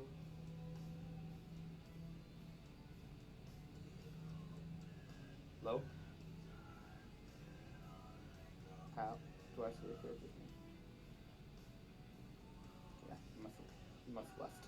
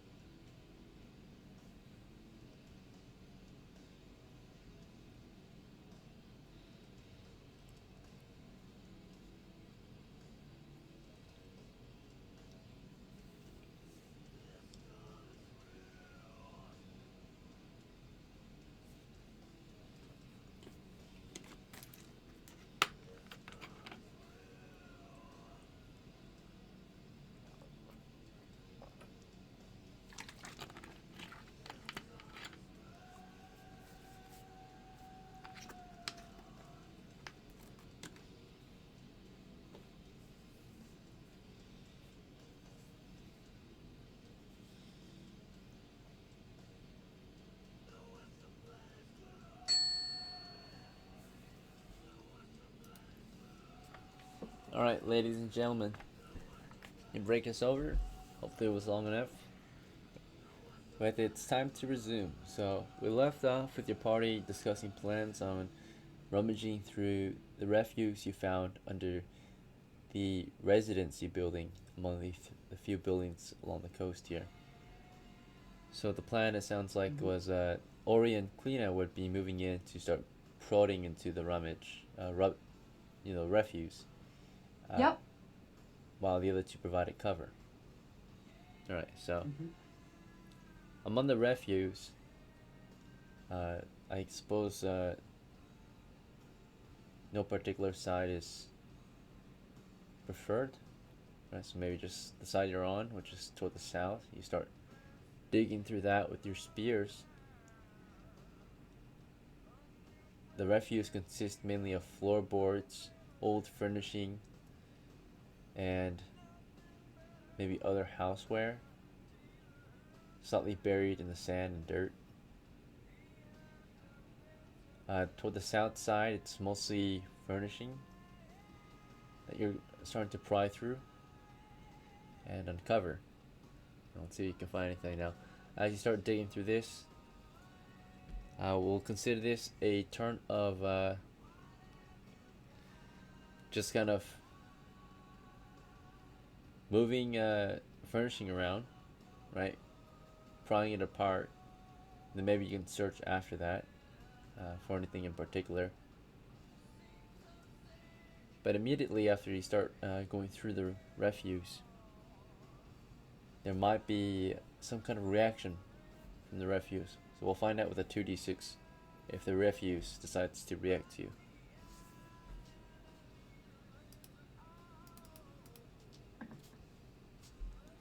So as you start prying through it, nothing seems to happen, right? And you are able to pry through it without any opposition or any issues. And as you start prying through the first bits of the furnishing, which the first thing you kind of move apart is a door frame, parts of the wall, maybe pieces of a door frame, not the entire door frame, but pieces of it, floorboards, and what looks like maybe would have been maybe like a shoe rack. You get through that, and there's not much of anything really, aside from rat droppings, fish bones, and that's it so far. You want to keep digging? So you've dug out the southern side of it. Now you're getting close toward the center, which is the largest pile of the refuse, right? You're digging toward the the center mass of all the refuse, which is toward the center. So yeah, you keep digging. You've finished clearing out the south side. You start digging into the center mass, and at this point, I'm going to actually do a morale check, because now we actually have an encounter. As you are digging through it, it starts to smell even worse, and you realize there's something in here, right? You start to hear them, and let's see how they react naturally.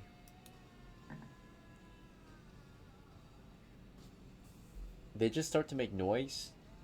You can kind of see them now. You just recently moved some floorboards, and when you covered it, you see they haven't moved at all. They haven't retreated. They haven't advanced. They're just there, looking at you. Some of them are looking away, but most of them are looking toward you, and in the dirt, in the sand, under the refuse, peeking at you from their hidey holes, are indeed the giant rats, about 1 foot to 3 foot long, from what it appears. Right, they are quite large, and they're just kind of staring at you from the dark holes of the refuse. Right.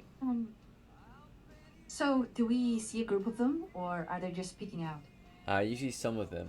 They are peeking out. They're just looking at you as you move some of the refuse out of their way. The light of day shines upon them, and they kind of cower in the darkness. Oh, so they're in the rebel, or where are they? Yeah, they're among it. They're inside, right? You moved some pieces to see them, but they're still within it, right? So you've discovered their position, okay, I see. right? And they haven't chosen to attack or flee, right? They're just there.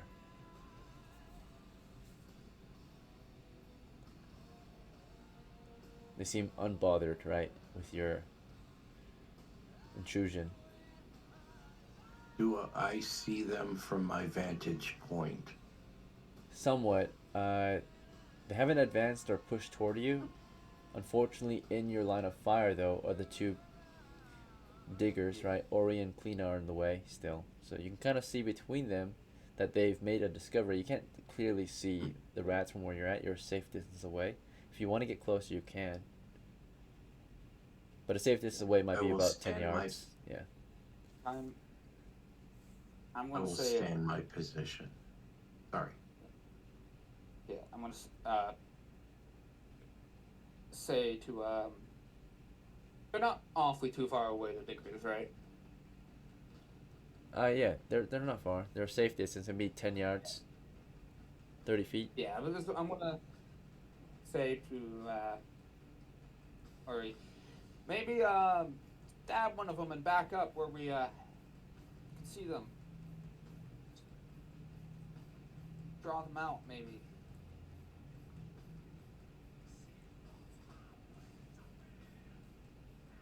Ori, do you want to respond to that or just something else? Yeah, I will continue digging, see what we can get. Okay, just keep digging. Alright. Yeah, well, I wanna just kind of at this point, I just wanna make sure, just keep an eye on them, but keep removing the rubble to reveal the rest of them. Alright, so that morale check I did earlier, by the way, was to see if the rats would flee or hold their ground, because they are defending their nest. They chose to hold their ground because they passed the morale check. But you continue digging and intruding, and now you're digging into the actual... You're digging into them now, right, basically. So you've seen them, now you're actually kind of exposing them. Is that fine with you? You might instigate a reaction if you dig any further, right? So at this point, further digging would actually expose them to the open. Is that fine? Yep, I'm going to go ahead and continue digging. Alright. So, yeah, despite the fact that they're there now, just keep digging, right? Keep using your spear to pry and lift the floorboards and the furnishing. And that's what CLEANA does, at least. Ori, you use your spear. CLEANA uses her pole arm. And let's see if there's another... At this point, there's a reaction. Another reaction would be a morale check. At this point, they either attack, now that you're attacking their nest, or they defend and hold their ground. Not defend or hold their ground. They either retreat at this point, further into their burrows, or they will actually defend their home and start fighting back, because now you're actually attacking. You're not attacking them directly, but you're attacking their home, right? Or where they're, currently hiding. So, if it fails the morale check, I'm going to say they might, start fleeing, right? Abandoning the position. But if they pass, they'll start to hold the line and fight back if necessary, right? To scare you off at least. Drive you, to stop you from ruining their home, right? Alright, so I rolled a 7. Double check the giant rat description. Just to confirm the morale score for the rats. The rat's a little bit more. I saw an image of a rat. Yeah. Let's see, right here. So, they actually have a morale of 5. So technically they failed earlier. Oh no, giant rat. 8. Okay. So we scored a 7. So at this point they are willing to fight, right? If you don't stop.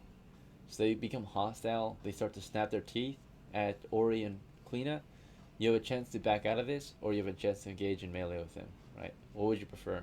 Or do you want to do something? They start to advance at this point, right? Like they're hissing and squirming, right, out of their holes and starting to leap forward at you, right? Yeah. Exposed, right? At this point, how far are we from the rat, and how far are we from the teammates, and how light is the room? Well, you're of course spear distance away because you've been poking at the refuse from a distance, right? there's plenty of light. It's under the building, of course, so it's a bit dim down here. But you're still out in the open, so there's plenty of light to see still. How open the area is, it's very open. Not the refuse, of course, but you're out in the open, so you're under the building, right? So remember you're at a C building right now, the residency. It's like basically a platform building, right? Like it's a house built on a platform supported Yeah, by and beams. how much rats are there? From what you can tell so far, I'll double check. You can currently see 5 giant rats from where you're standing. And these 5 of five them. are Okay, advancing. I would like to... Okay, so I'm going to, me and CLEANA are going to move back, tactical retreat, and I'm going to prepare my, I guess I'll move back and CLEANA can cover me. I'll prepare my sleep spell. So you start to move back, and you're doing a final throw, but as you're moving back, you're asking CLEANA to hold the line. Yep, CLEANA's gonna hold the line. That leave an opening for shooters. Okay. And as you back up, would you like to move directly back, or do you want to move, off to the side so that you open up a line of fire for the others? Or how would you like to fall back? Because Definitely to the side. they're directly south So of you. I would like so you can to move for my teammates southwest or to. southeast, right? I would like. Now, if you move southwest or Yeah, southeast, you would be southwest would be good. backing up into the rubble, right? Because you cleared out rubble northward, so your only clear path of movement backwards is southward. So to move toward the side would halve your speed, because you would be walking backwards over rubble with a chance of tripping. Are you alright with this? Oh wait, there's more rubble. Yes. Toward the southwest and southeast. Remember, you dug northward through the refuse, right? You cleared out the southern side. Oh. But there's still the Okay. southeastern and southwestern Sorry, parts of the rubble. I didn't know that. In that case, I'll just back up a CLEANA and we'll just hold the line. Maybe she'll back up southeast, I'll back up southwest so that the shooters can shoot, and we'll just hold the line. Okay, so fine withdrawal, kind of splitting paths, right? Opening up a line of fire as you stab at the approaching enemies. And they, of course, the 5 of them, Yep. try to advance on the 2 of you. Half will go toward Ori and half will go toward CLEANA. I'll decide randomly where 3 will go and where 2 will go. So as they approach and you're backing up, you have the initiative. As they approach, you get your first stab at them. Go ahead and roll to hit 1d20 with your spear. And CLEANA is an NPC, so I will have to roll for her.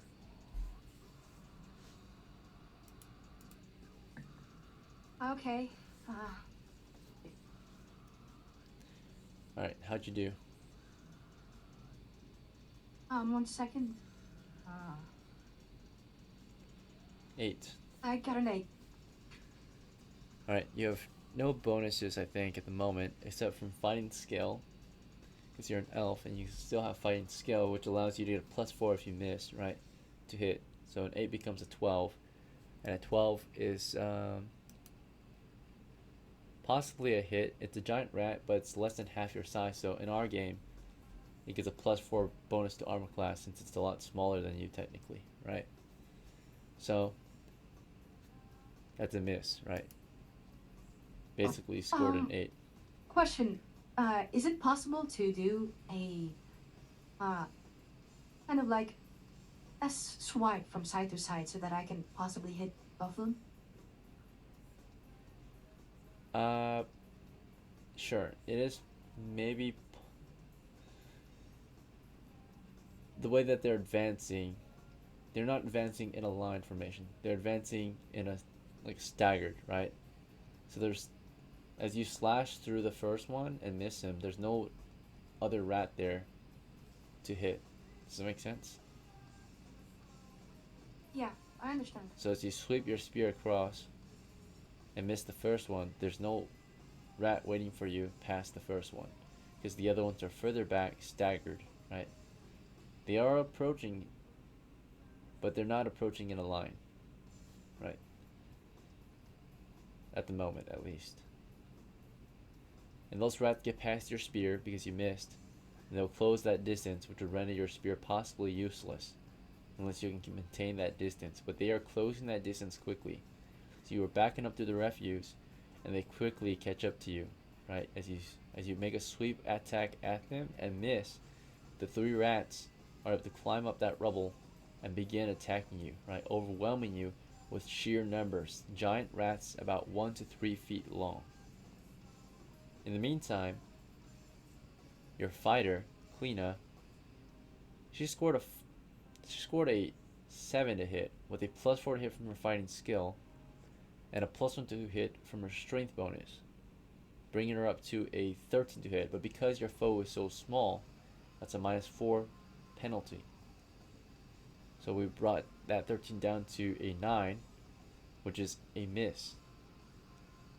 I don't think there's any other major adjustments we can apply here to guarantee a hit or miss, but for surely it's a miss, right? So she will also miss her slashing attack against the 2 rats moving toward her.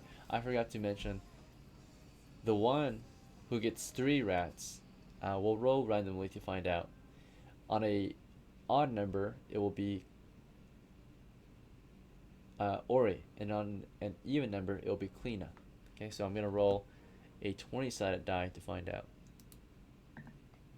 Alright, so it's going for Ori, right? 3 of them are for Ori and 2 of them are for CLEANA. So the situation looks pretty dire now, right? Our melee line has failed to maintain distance. They start backing up, but because they didn't full retreat and are backing up and are slowed, those rats easily rush their positions and close that distance. So now they're going to have to move into unarmed strikes or grappling, or if they can, draw a smaller weapon to wield at this close proximity, unless they're able to somehow retake and maintain distance, right?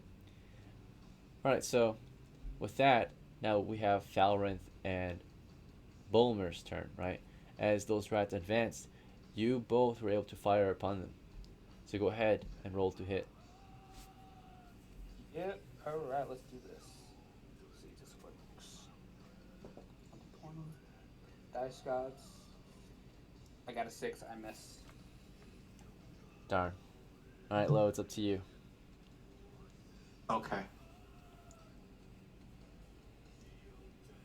I got an 8. This is very unfortunate. +1 is a 9. +1 is a 9. That's right, so 9. FALRANTH the green scores a 9. Bonuses to hit include short range bonus, bringing it to a 10. A +4 bonus from your fighting skill since you are of a higher hit die than the rats are. Elves get +1, don't they? From To range or bows, whatever it is. maybe? I think that's halfling, but I'll double check. House rules. Elves.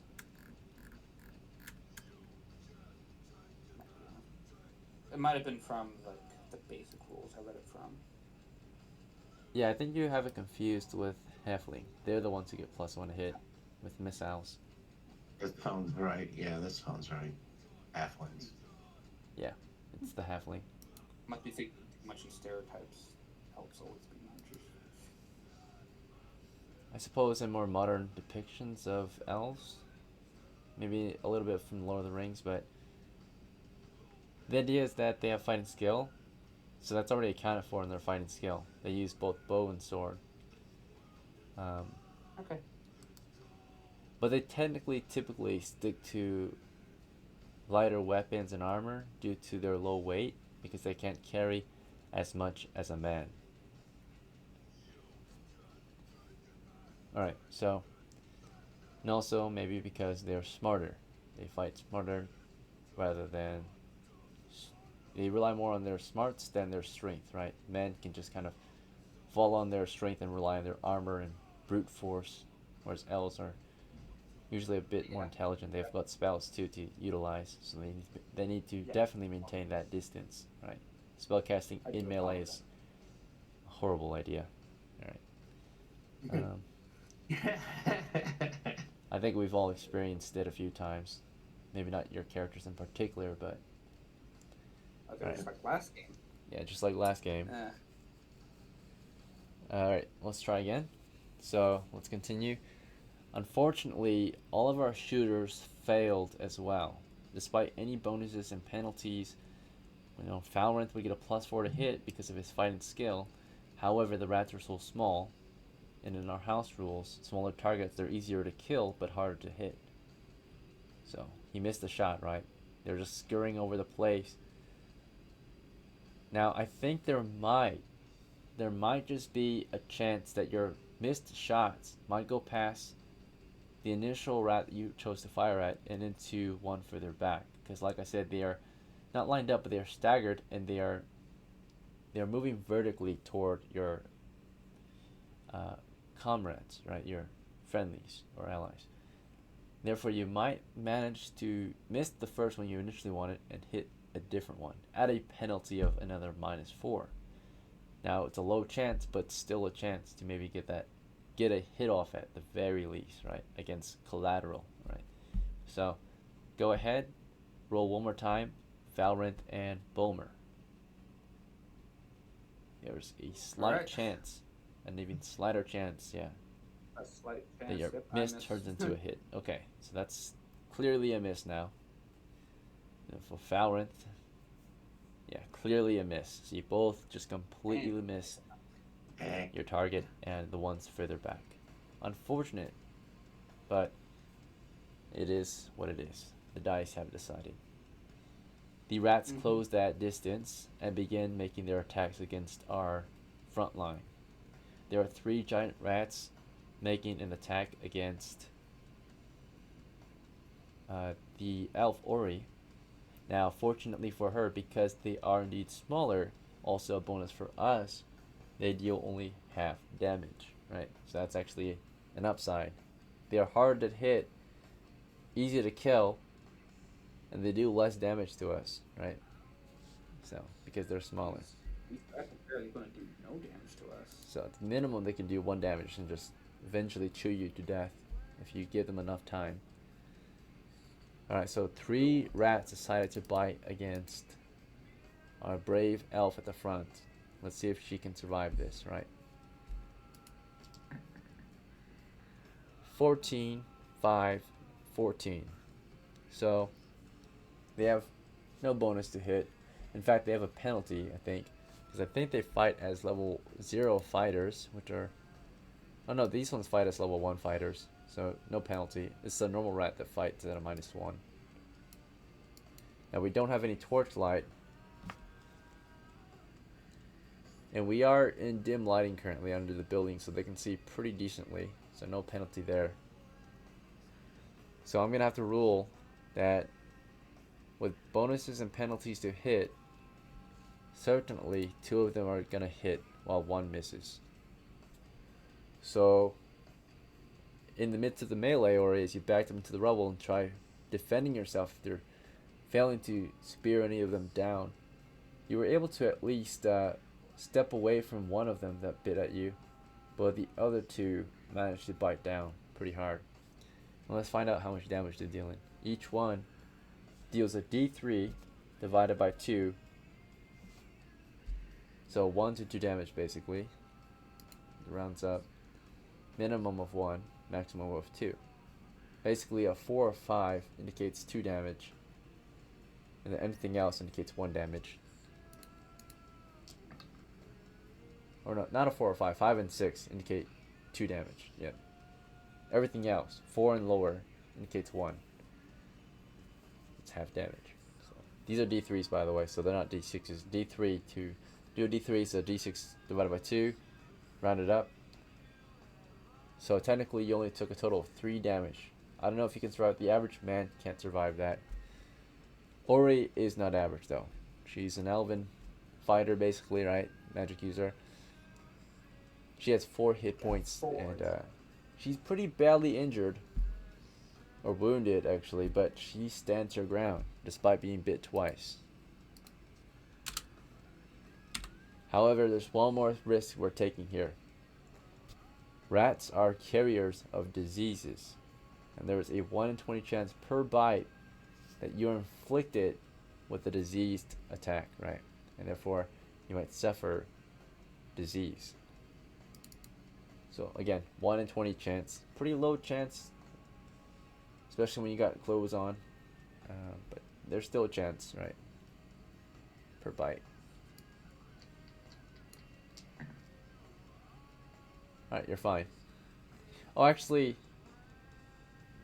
yeah, I think you're fine. It's a nat 1. No, I was gonna say that maybe she was supposed to roll it, but I think the rats roll it, maybe. One or the DM. She would roll saving throws for herself.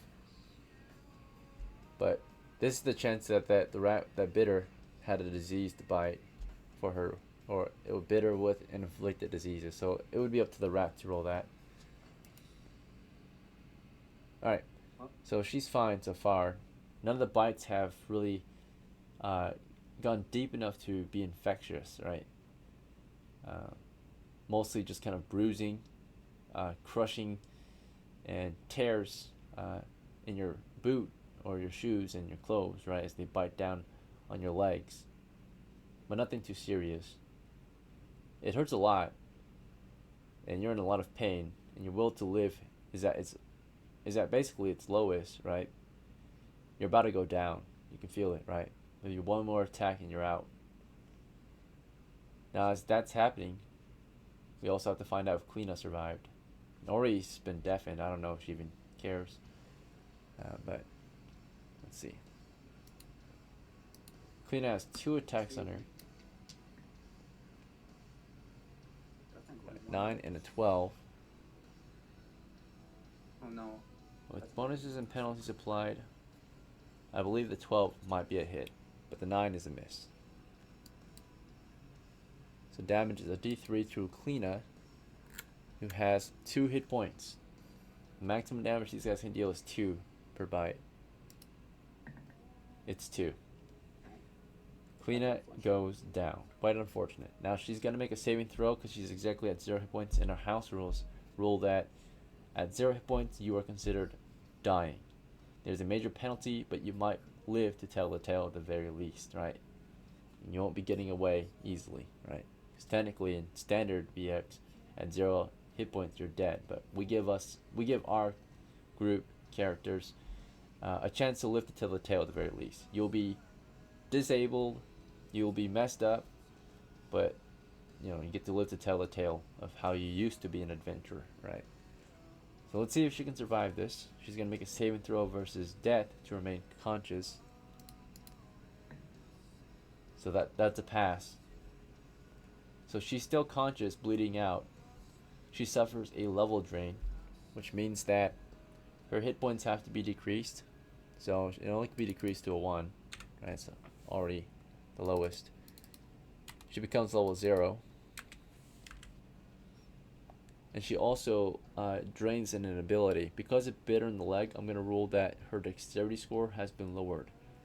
And we'll have to roll 3d6 until it's lower, basically, to lower it. Otherwise, we can also have it. There are various methods that we can use to level drain her. The rat gets to choose what method it wants to level drain her with. And it's going to... And in this case, it's just going to have her dex, or it's going to be reverse leveling. So leveling procedures are either you can take the +1 or possible +2 or possible just complete reroll. So I think we're just going to completely reroll. And basically with this complete reroll, if we roll a 10 or lower, or if we roll lower than a 10, we keep it. But if it's anything... I think if it's anything higher, then nothing changes. Alright, so. Alright, so her dex remains at 10, so it's not afflicted. The injury wasn't severe enough to cause any major penalties to her ability to be dexterous, but there's definitely an open wound there on her leg. So she also suffers an actual injury, which is a tear in her calf, right? It bit down on her leg. It's got her calf, so I'll note this in her status. She has got a bleeding, torn calf, right? So she is considered dying, and the rate that she dies is 1 minute per save, right? Or 1 save per minute until the bleeding is tended to. And she is no longer dying, she is stabilized. But she's downed. She's at 0 hit points out of 1.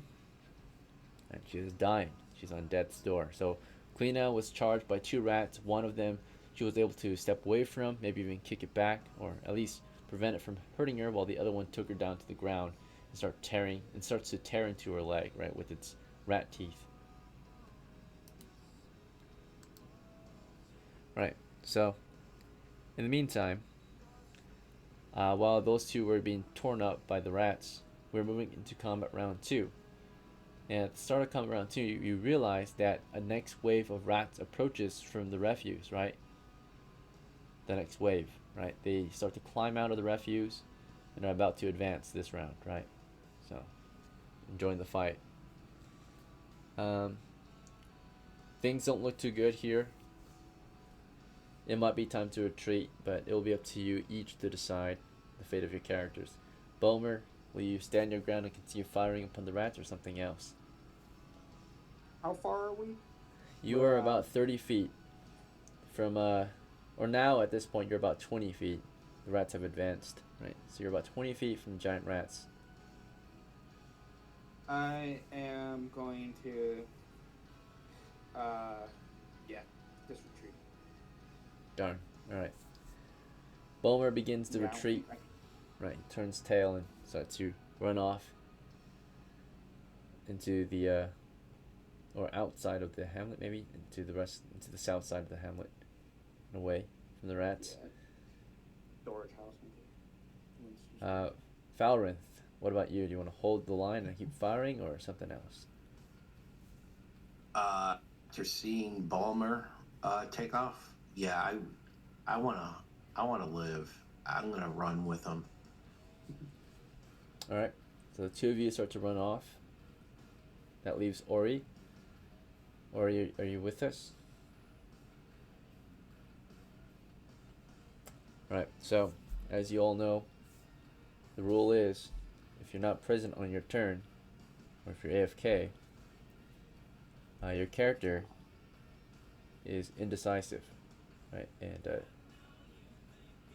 does not take any actions. In other words, that's when you break morale, right? Like you freeze up, your character becomes kind of an NPC. They just kind of break down, surrender, or retreat if possible. And Ori, with broken morale at the moment until Queen gets back, will just freeze up, right? She just got bit twice. She's being overwhelmed, and another wave of rats approaches, and she's caught up in the melee, and they're bringing her to the ground, right? They're forcing her forward over the rubble. She's also got a chance to trip. I forgot to check for that, but when they backed up carefully into the rubble, there was a chance to trip if they backed up quickly, and I don't think they backed up quickly actually. So, but the rats have a pretty good chance to trip her over the rubble, right? So they backed up carefully, and they were eventually engaged in melee combat. So if you move half speed the rubble backwards, then you're okay. But if you're trying to like walk backwards quickly over rubble, you might trip over something, right? So you're clearly walking without a clear path of retreat. So here we go. The rats take the initiative then. The 3 rats are joined by another wave of rats. There's one wave of rats joining in toward the west, and one wave of rats joining in toward the east. This is considered a open rat lair, right? So technically rat lairs have about 3d10 in a dungeon sized layer, right? Alright, so 10 toward the west, 1 toward the east. So the east only gets 1 reinforcement, which means 3 move into the east where CLEANA is dying. She's already been downed. But 10 join the battle toward the west. That makes 13 against Ori, right? Who froze up. So Ori is quickly overwhelmed by a wave of rats who come scurrying out from the refuse to defend their home and maybe even win the day. Not just defend their home, but... question. Yes. What's up? Oh, you're back. Quick question. Did I have the torch in me? Yes, you have torches in your sack. What was I holding one? You were not holding one. It says you were holding your spear. Oh, okay. Never mind then. Alright, so... Unfortunately, you lost your turn for this combat round. You'll be able to take another turn in the next combat round. But we are currently deciding the results of this combat round. Since you were AFK, your character lost their action and became indecisive. 13 rats overwhelm you, and I don't think we need a roll for that.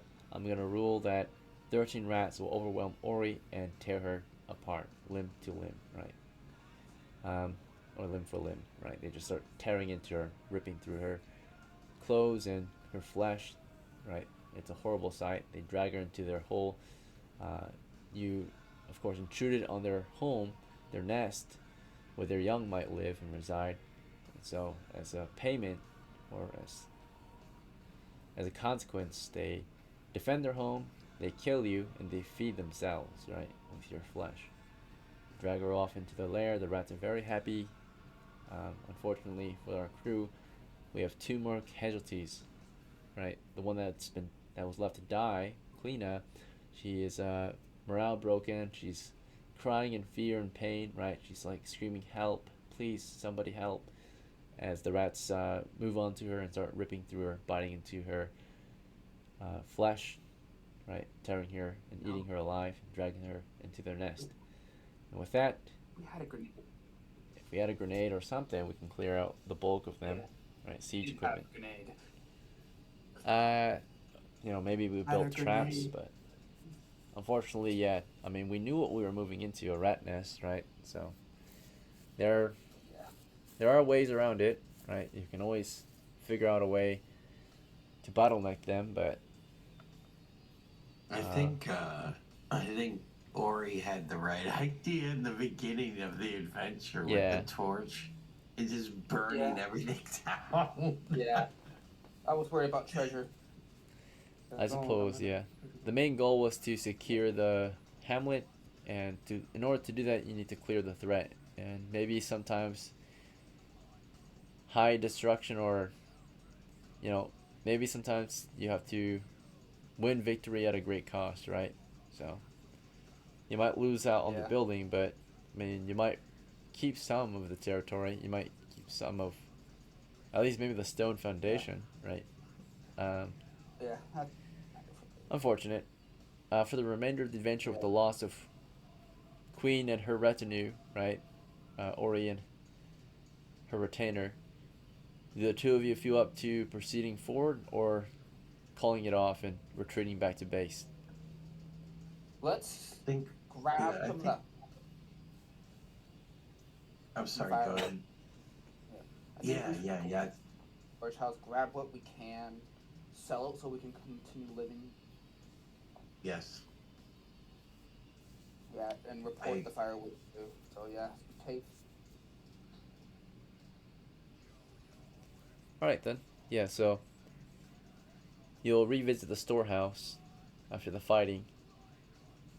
And with your approach, I am going to check to see if there's any new reaction as you approach the storehouse.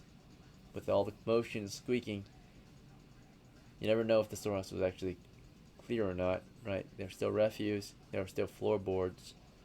You didn't see any rats, but who knows, it could have changed. So we're going to see if there's any changes to the storehouse as you approach, right? Anything new to report? Regards. Alright. Unfortunately, as you approach, it is a similar situation. As the nest was being attacked, a smaller group of rats emerged from the storehouse, ready to defend their home. They don't charge you or anything, but they do make themselves known. You can see them as you approach. Right, they're looking at you. They're moving, scurrying about. They can hear the commotion not far from them. Right, and they're ready to defend their home. So if you approach that building, you might be attacked. Yeah. Thing is, we need money. They have been Oh my aggro God. or aggravated. Right. You see a So, yeah. we can see a couple of them. Yeah, I mean, we're not in a dangerous situation, so you can listen and you can hear how many there are, possibly. Just to give you an idea, there might be around 14, maybe a dozen or so rats in there, right? Kill that many. We need to get Yeah, something though. Well, the best we can do is report the firewood. Yeah, best we can do. If I can see one of them from a distance, I will shoot a magic missile at one of them Sure, to kill one. get at You least know? one kill. Certainly. Yeah. They probably have hit dice creatures that give us only one. Yeah, you would have to kill 2 to get 1 XP. What we could do, they can run pretty fast if I remember correctly. What is the range of a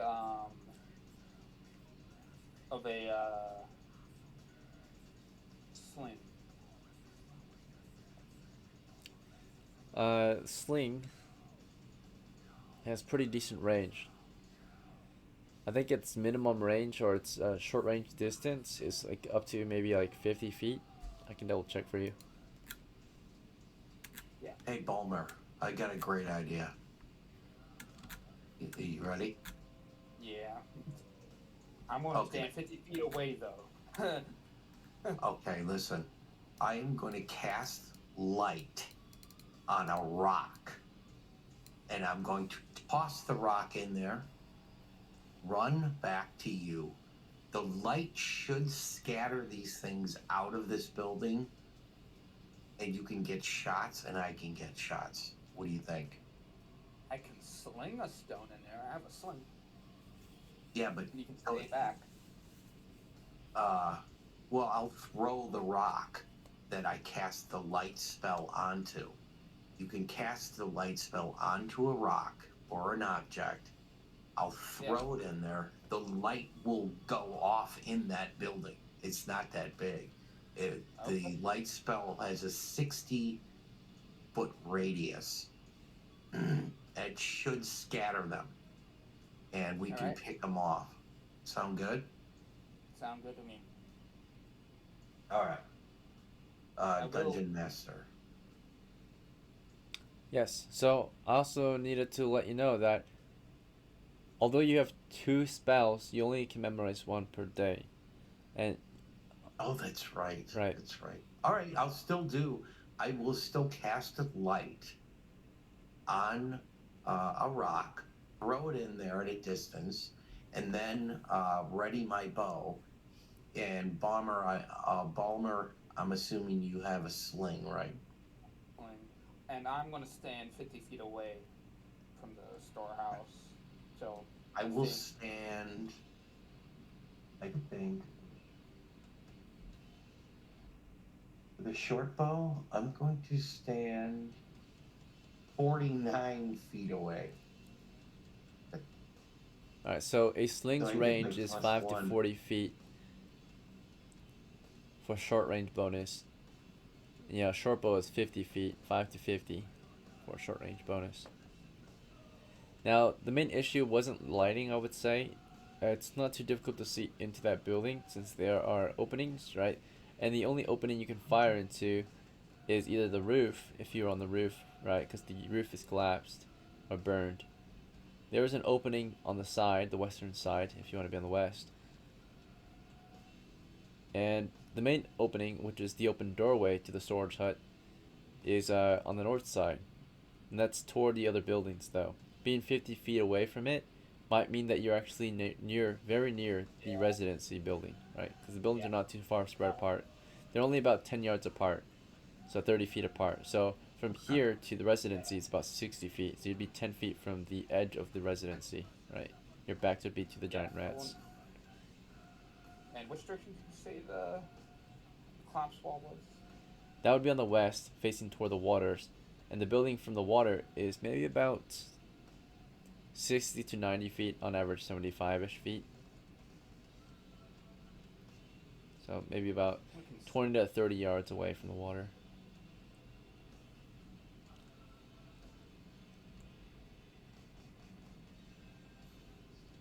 How do you think we should do this?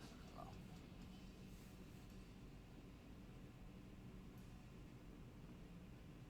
we have to get money, but to get something. All right, just throw a rock in there, and then freaking if something comes out, we'll shoot it and run. Yeah. I am going to be on the side of the collapsed wall. Stan, it's in my view be about 50 feet, and I will sling a stone in there and see if we get a reaction. Okay, so sling a stone into the building. Do we still want to cast light and throw a stone in there? It's not really an issue seeing in there, though.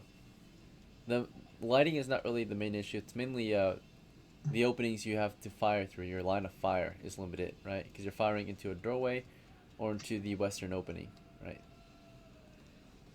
No, I'll just ready the bow after he slings a stone in there. Tries to draw him out. Yeah, so unfortunately it's daytime, and the rats only have a couple options, right? Reacting to a stone. We'll see if it's in favor of any sort, right? It's not an attack, so we won't roll a morale check, but we will roll a reaction check, okay? Whether the rat is friendly or hostile toward that rock that you've slung in there. So their reaction to it, to rocks being slung into the home, is no reaction really. They are either uncertain, indecisive. They don't really react to it at all, right? They continue doing their thing, which is panicking within the building, right? Like hissing and squeaking and scurrying about. Maybe we can find an animal on the way back or something. Do you have flint and steel, BOLMER? No. Well, I lack a lot of money. The church didn't give me too much money. well, we can sit outside, and I can get 2 sticks, and I can rub them together between my fingers and start a spark and start a fire. Master, what time is it? It's still daytime. It's morning, maybe about 10 o'clock. We have a couple hours until lunch. So you want me to start a fire by me rubbing a stick onto another stick and getting a spark and try to burn this whole thing down? How about that? I am going to stay at a far distance. Yeah, so am I. I'm not going to do it close. I want to start the fire away from this thing, from this building, But you and then close. start the fire. Yeah, And then start the fire, take one of the pieces of wood that's on fire and throw it in there. Hopefully it'll catch it on fire. All right. If you want to do this, you can. I will help. Okay. So we'll gather up a little bit of wood away from the building. I'll start the process of creating a fire. As an elf, I will argue that we know how to start a fire. Might take a while, but we should. Elves are from the woods, so we should be able to start a fire. Yes, of Up course. to you, DM. Now, starting a fire without a flint and steel is doable, but the main issue is gathering wood.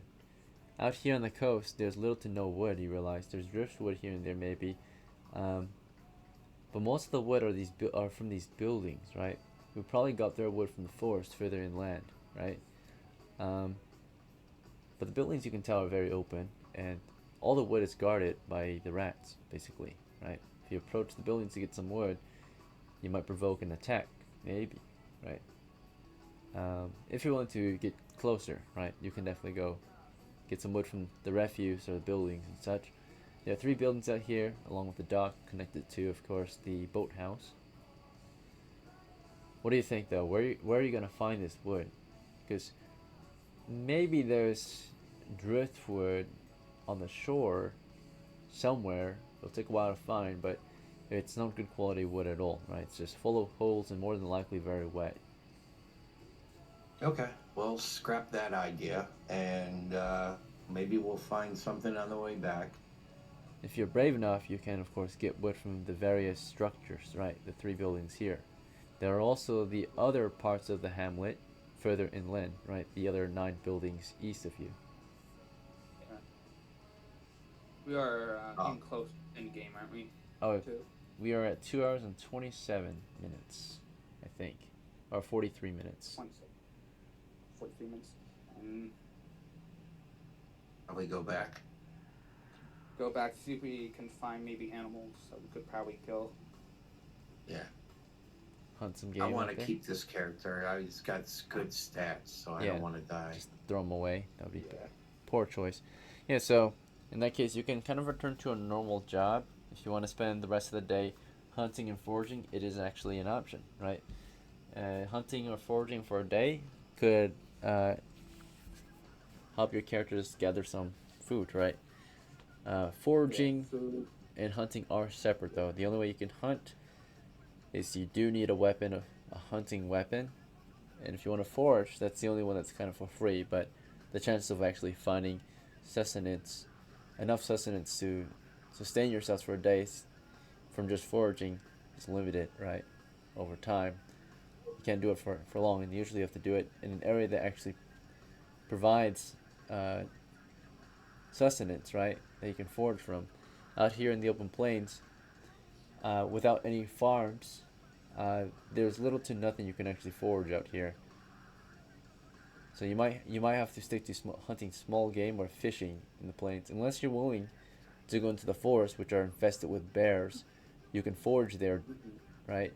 You can clearly forage there, but you have the risk of running into the bears. Right? Like bear country. Yeah. Don't want to deal with bears. I have a sling. So we want to hunt. I should be able to hunt it. Yeah.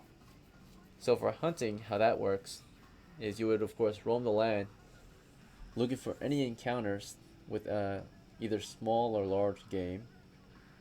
And there's a chance per day to encounter some large game. It's a low chance, but still a chance. And then for smaller game, it's a higher chance to encounter them. Alright, so small game can include birds, rodents, and such, right? Other smaller animals. Rabbits. Maybe. Out here in the grasslands, small game might include mostly birds or rabbits, yeah. If you can find them. Rabbits. In the plains. Good, actually. Alright, so as for your chances of success, though, typically when it comes to hunting, there's only a standard 1 in 6 chance of encountering animals that you can hunt, particularly large animals. However, when it comes to smaller game, I've increased it. So that's 1 in 6 chances for standard hunting for like large game, right? So you have a 1 in 6 chance to encounter some large game. You've got a higher chance to encounter just ordinary small game like ducks or rabbits or whatever, right? Seagulls, right, on the coast. The chances instead become 1 in 6 every hour instead. You got an 8-hour shift to hunt, basically. Or it's not an 8-hour shift anymore, because you've already spent half the day, basically, out here at the ruins. So you got like half a day left, at most, to work. You're also hunting on a hungry belly. You haven't eaten breakfast, and you'll probably be skipping on a lunch, too. But you'll make up for it later today. Yeah. So finding food, I'm going to say that in this case you have 4 chances, 1 in 6 each, to encounter a small animal. And because half the day has already gone by, there's a 1 in 6 chance times 50% chance that you encounter a large game. Because technically it takes 8 hours of hunting, about 8 hours of hunting, to encounter the standard chance of encountering animals, right? Is 1 in 6 per day. And by per day, it's a work day, so 8-hour shift. Not the entire 24 hours. Alright. Let's go ahead and check for that. So we'll start with the small game encounters. And you guys are hunting together, so the chances of coming across animals is slightly lower than if you were to split up. But of course it's safer and you're a lot more effective as a group, right? So do you guys want to split ways and increase your chance of actually encountering animals, or do you want to stick together and increase your chance of actually being able to hunt them down, right? What would you rather do? What do you think? Well, Stick together. Stick together? hunt Okay. together. Alright. So we'll start with all the small game. Alright, and I'll let you guys roll this actually. Typically I'm supposed to roll it, but I think it'll be fun if you guys roll it. So, like I said, there's 4 dice for the 4 hours that you're hunting, in which you have a 1 in 6 chance to encounter small game. So both of you should roll 2 d6s, and a 1 indicates you encounter small animals. Right. That's God's, please. Roll 1 of old time, please. I got a 2. A 2 and a 3. Alright, no animals encountered. And then FALRANTH. You both roll the same? Alright, 2 and 3. Yeah, so no small animals were encountered. For the large animal encounter, I'll roll for that. Basically, it's a 50% chance times a 1 in 6 chance, so it's a slightly lower chance because it's not a whole day of hunting, right? It's a half a day of hunting. So, basically on this d6 here, a 1 indicates that you encounter it, possibly, but we'll have to see if it's at this hour. So I would say, because it's 4 and 8, the last 4 numbers on the d8 will be an encounter, right? So a 5 through 8 and a 1 on the d6, a 5 through 8 on the d8 and a 1 on the d6 indicates an encounter with a large animal. Alright, so after the day went by, all the way till 1600 in the afternoon, you came across no signs of any animals, right? Nothing out here in the plains. It's just barren. Not a single animal for the past 4 hours of roaming the fields, right? Or observing. If you were stationary hunting or if you were moving and hunting, there were 0 encounters. Unfortunately, you'll be going home hungry, and the only way to sustain yourself is to sell off some of your gear, right? At this point, you're starting to go negative. Yeah, suppose you don't need the helmet. You want to barter when you sell it? It's usually worth about 2 or 3 coppers. 2 as usual, but sometimes you can argue 3.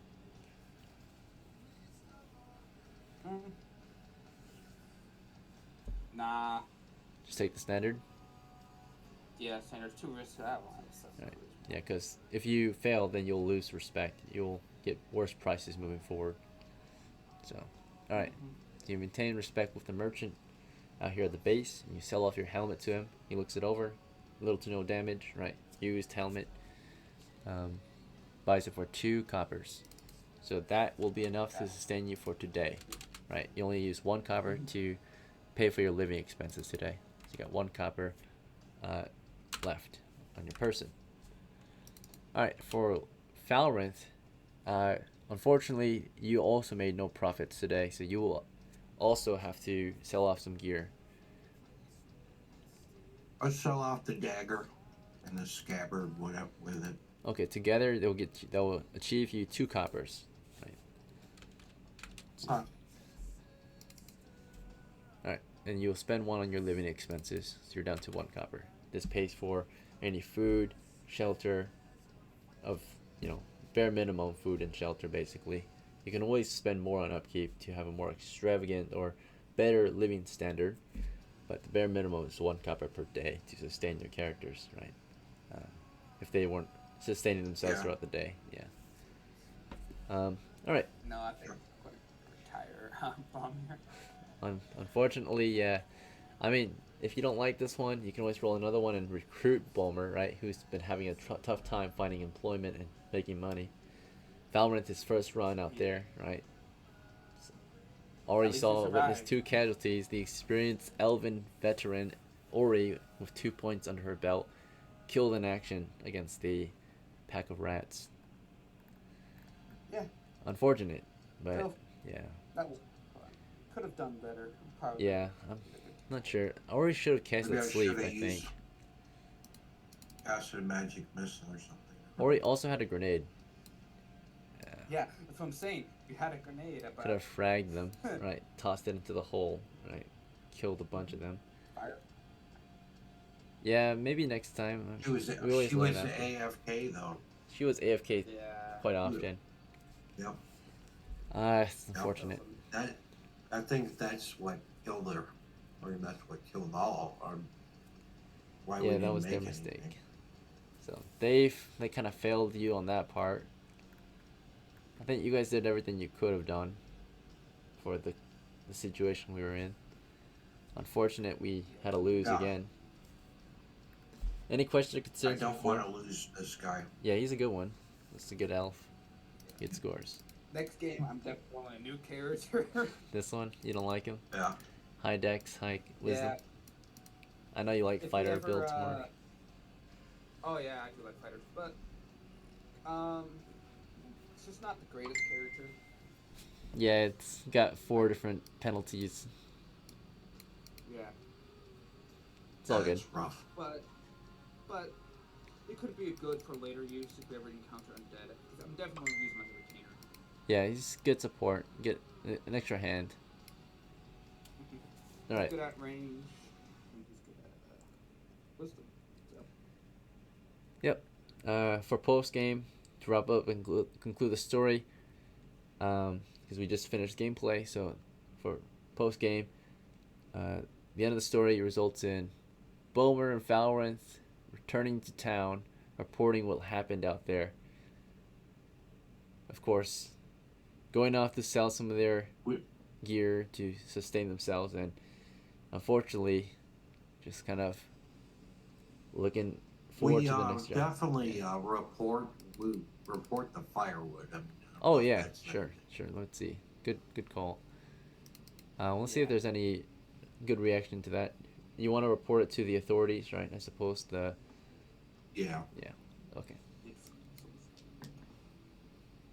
Unfortunately, there was a poor reaction. And you want to use your. Typically, you only can use your reroll on player rolls, right? Rolls that you make, right? So that's not a roll.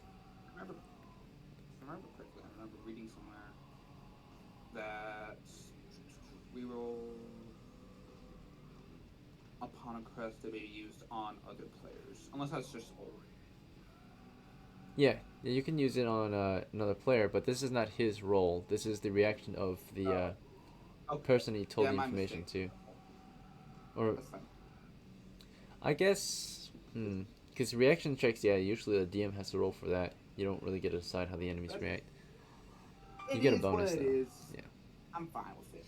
So there's a poor reaction from the authorities. You tell them, they report in. They thank you for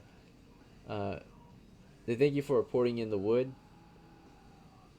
But that information's, I guess, maybe already known, because naturally this place was spotted out or scouted out by another group, right? We told you guys about it. And the wood, I mean, telling them about the wood is little to no use for them. I guess they'll keep it in mind, maybe let other teams know that they can maybe try to bring the wood back or something, right? Because the base is struggling with wood.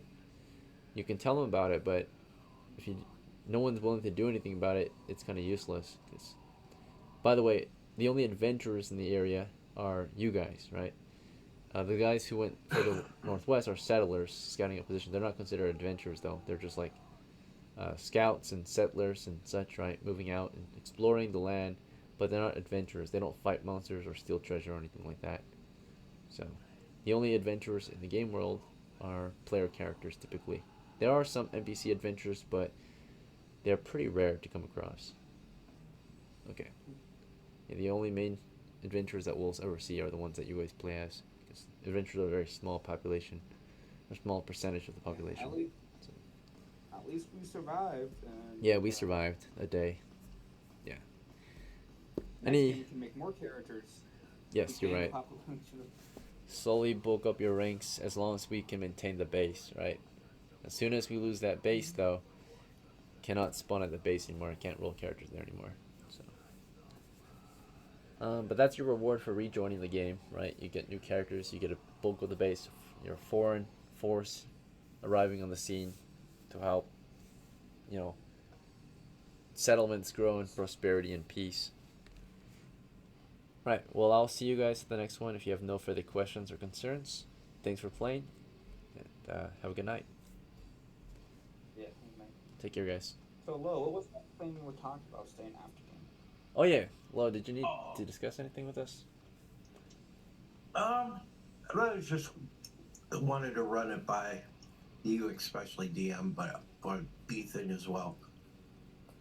If you guys were interested in what's called a hex crawl. It's the same thing as kind of what he does, the DM does here. It's basic D&D, and each hex, you just explore. You have like a base, just like this, a little town, and you go adventuring outside of town, and it's called a hex crawl. Each hex is 6 miles. And I randomly generate a world. So if you go to a hex outside of the area, it's in the expert book. I randomly roll what kind of terrain it is, and if it's in what inhabits it, and stuff like that. And I was just wondering if any of you guys might be interested. I wouldn't mind.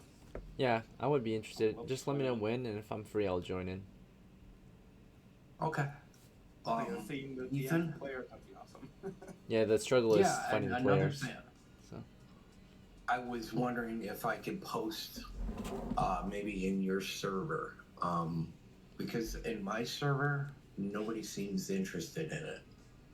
Yeah, go ahead. I mean, to be honest, I don't know if anyone would react except from maybe me and Ethan and a couple of others, but you can still post in here, yeah.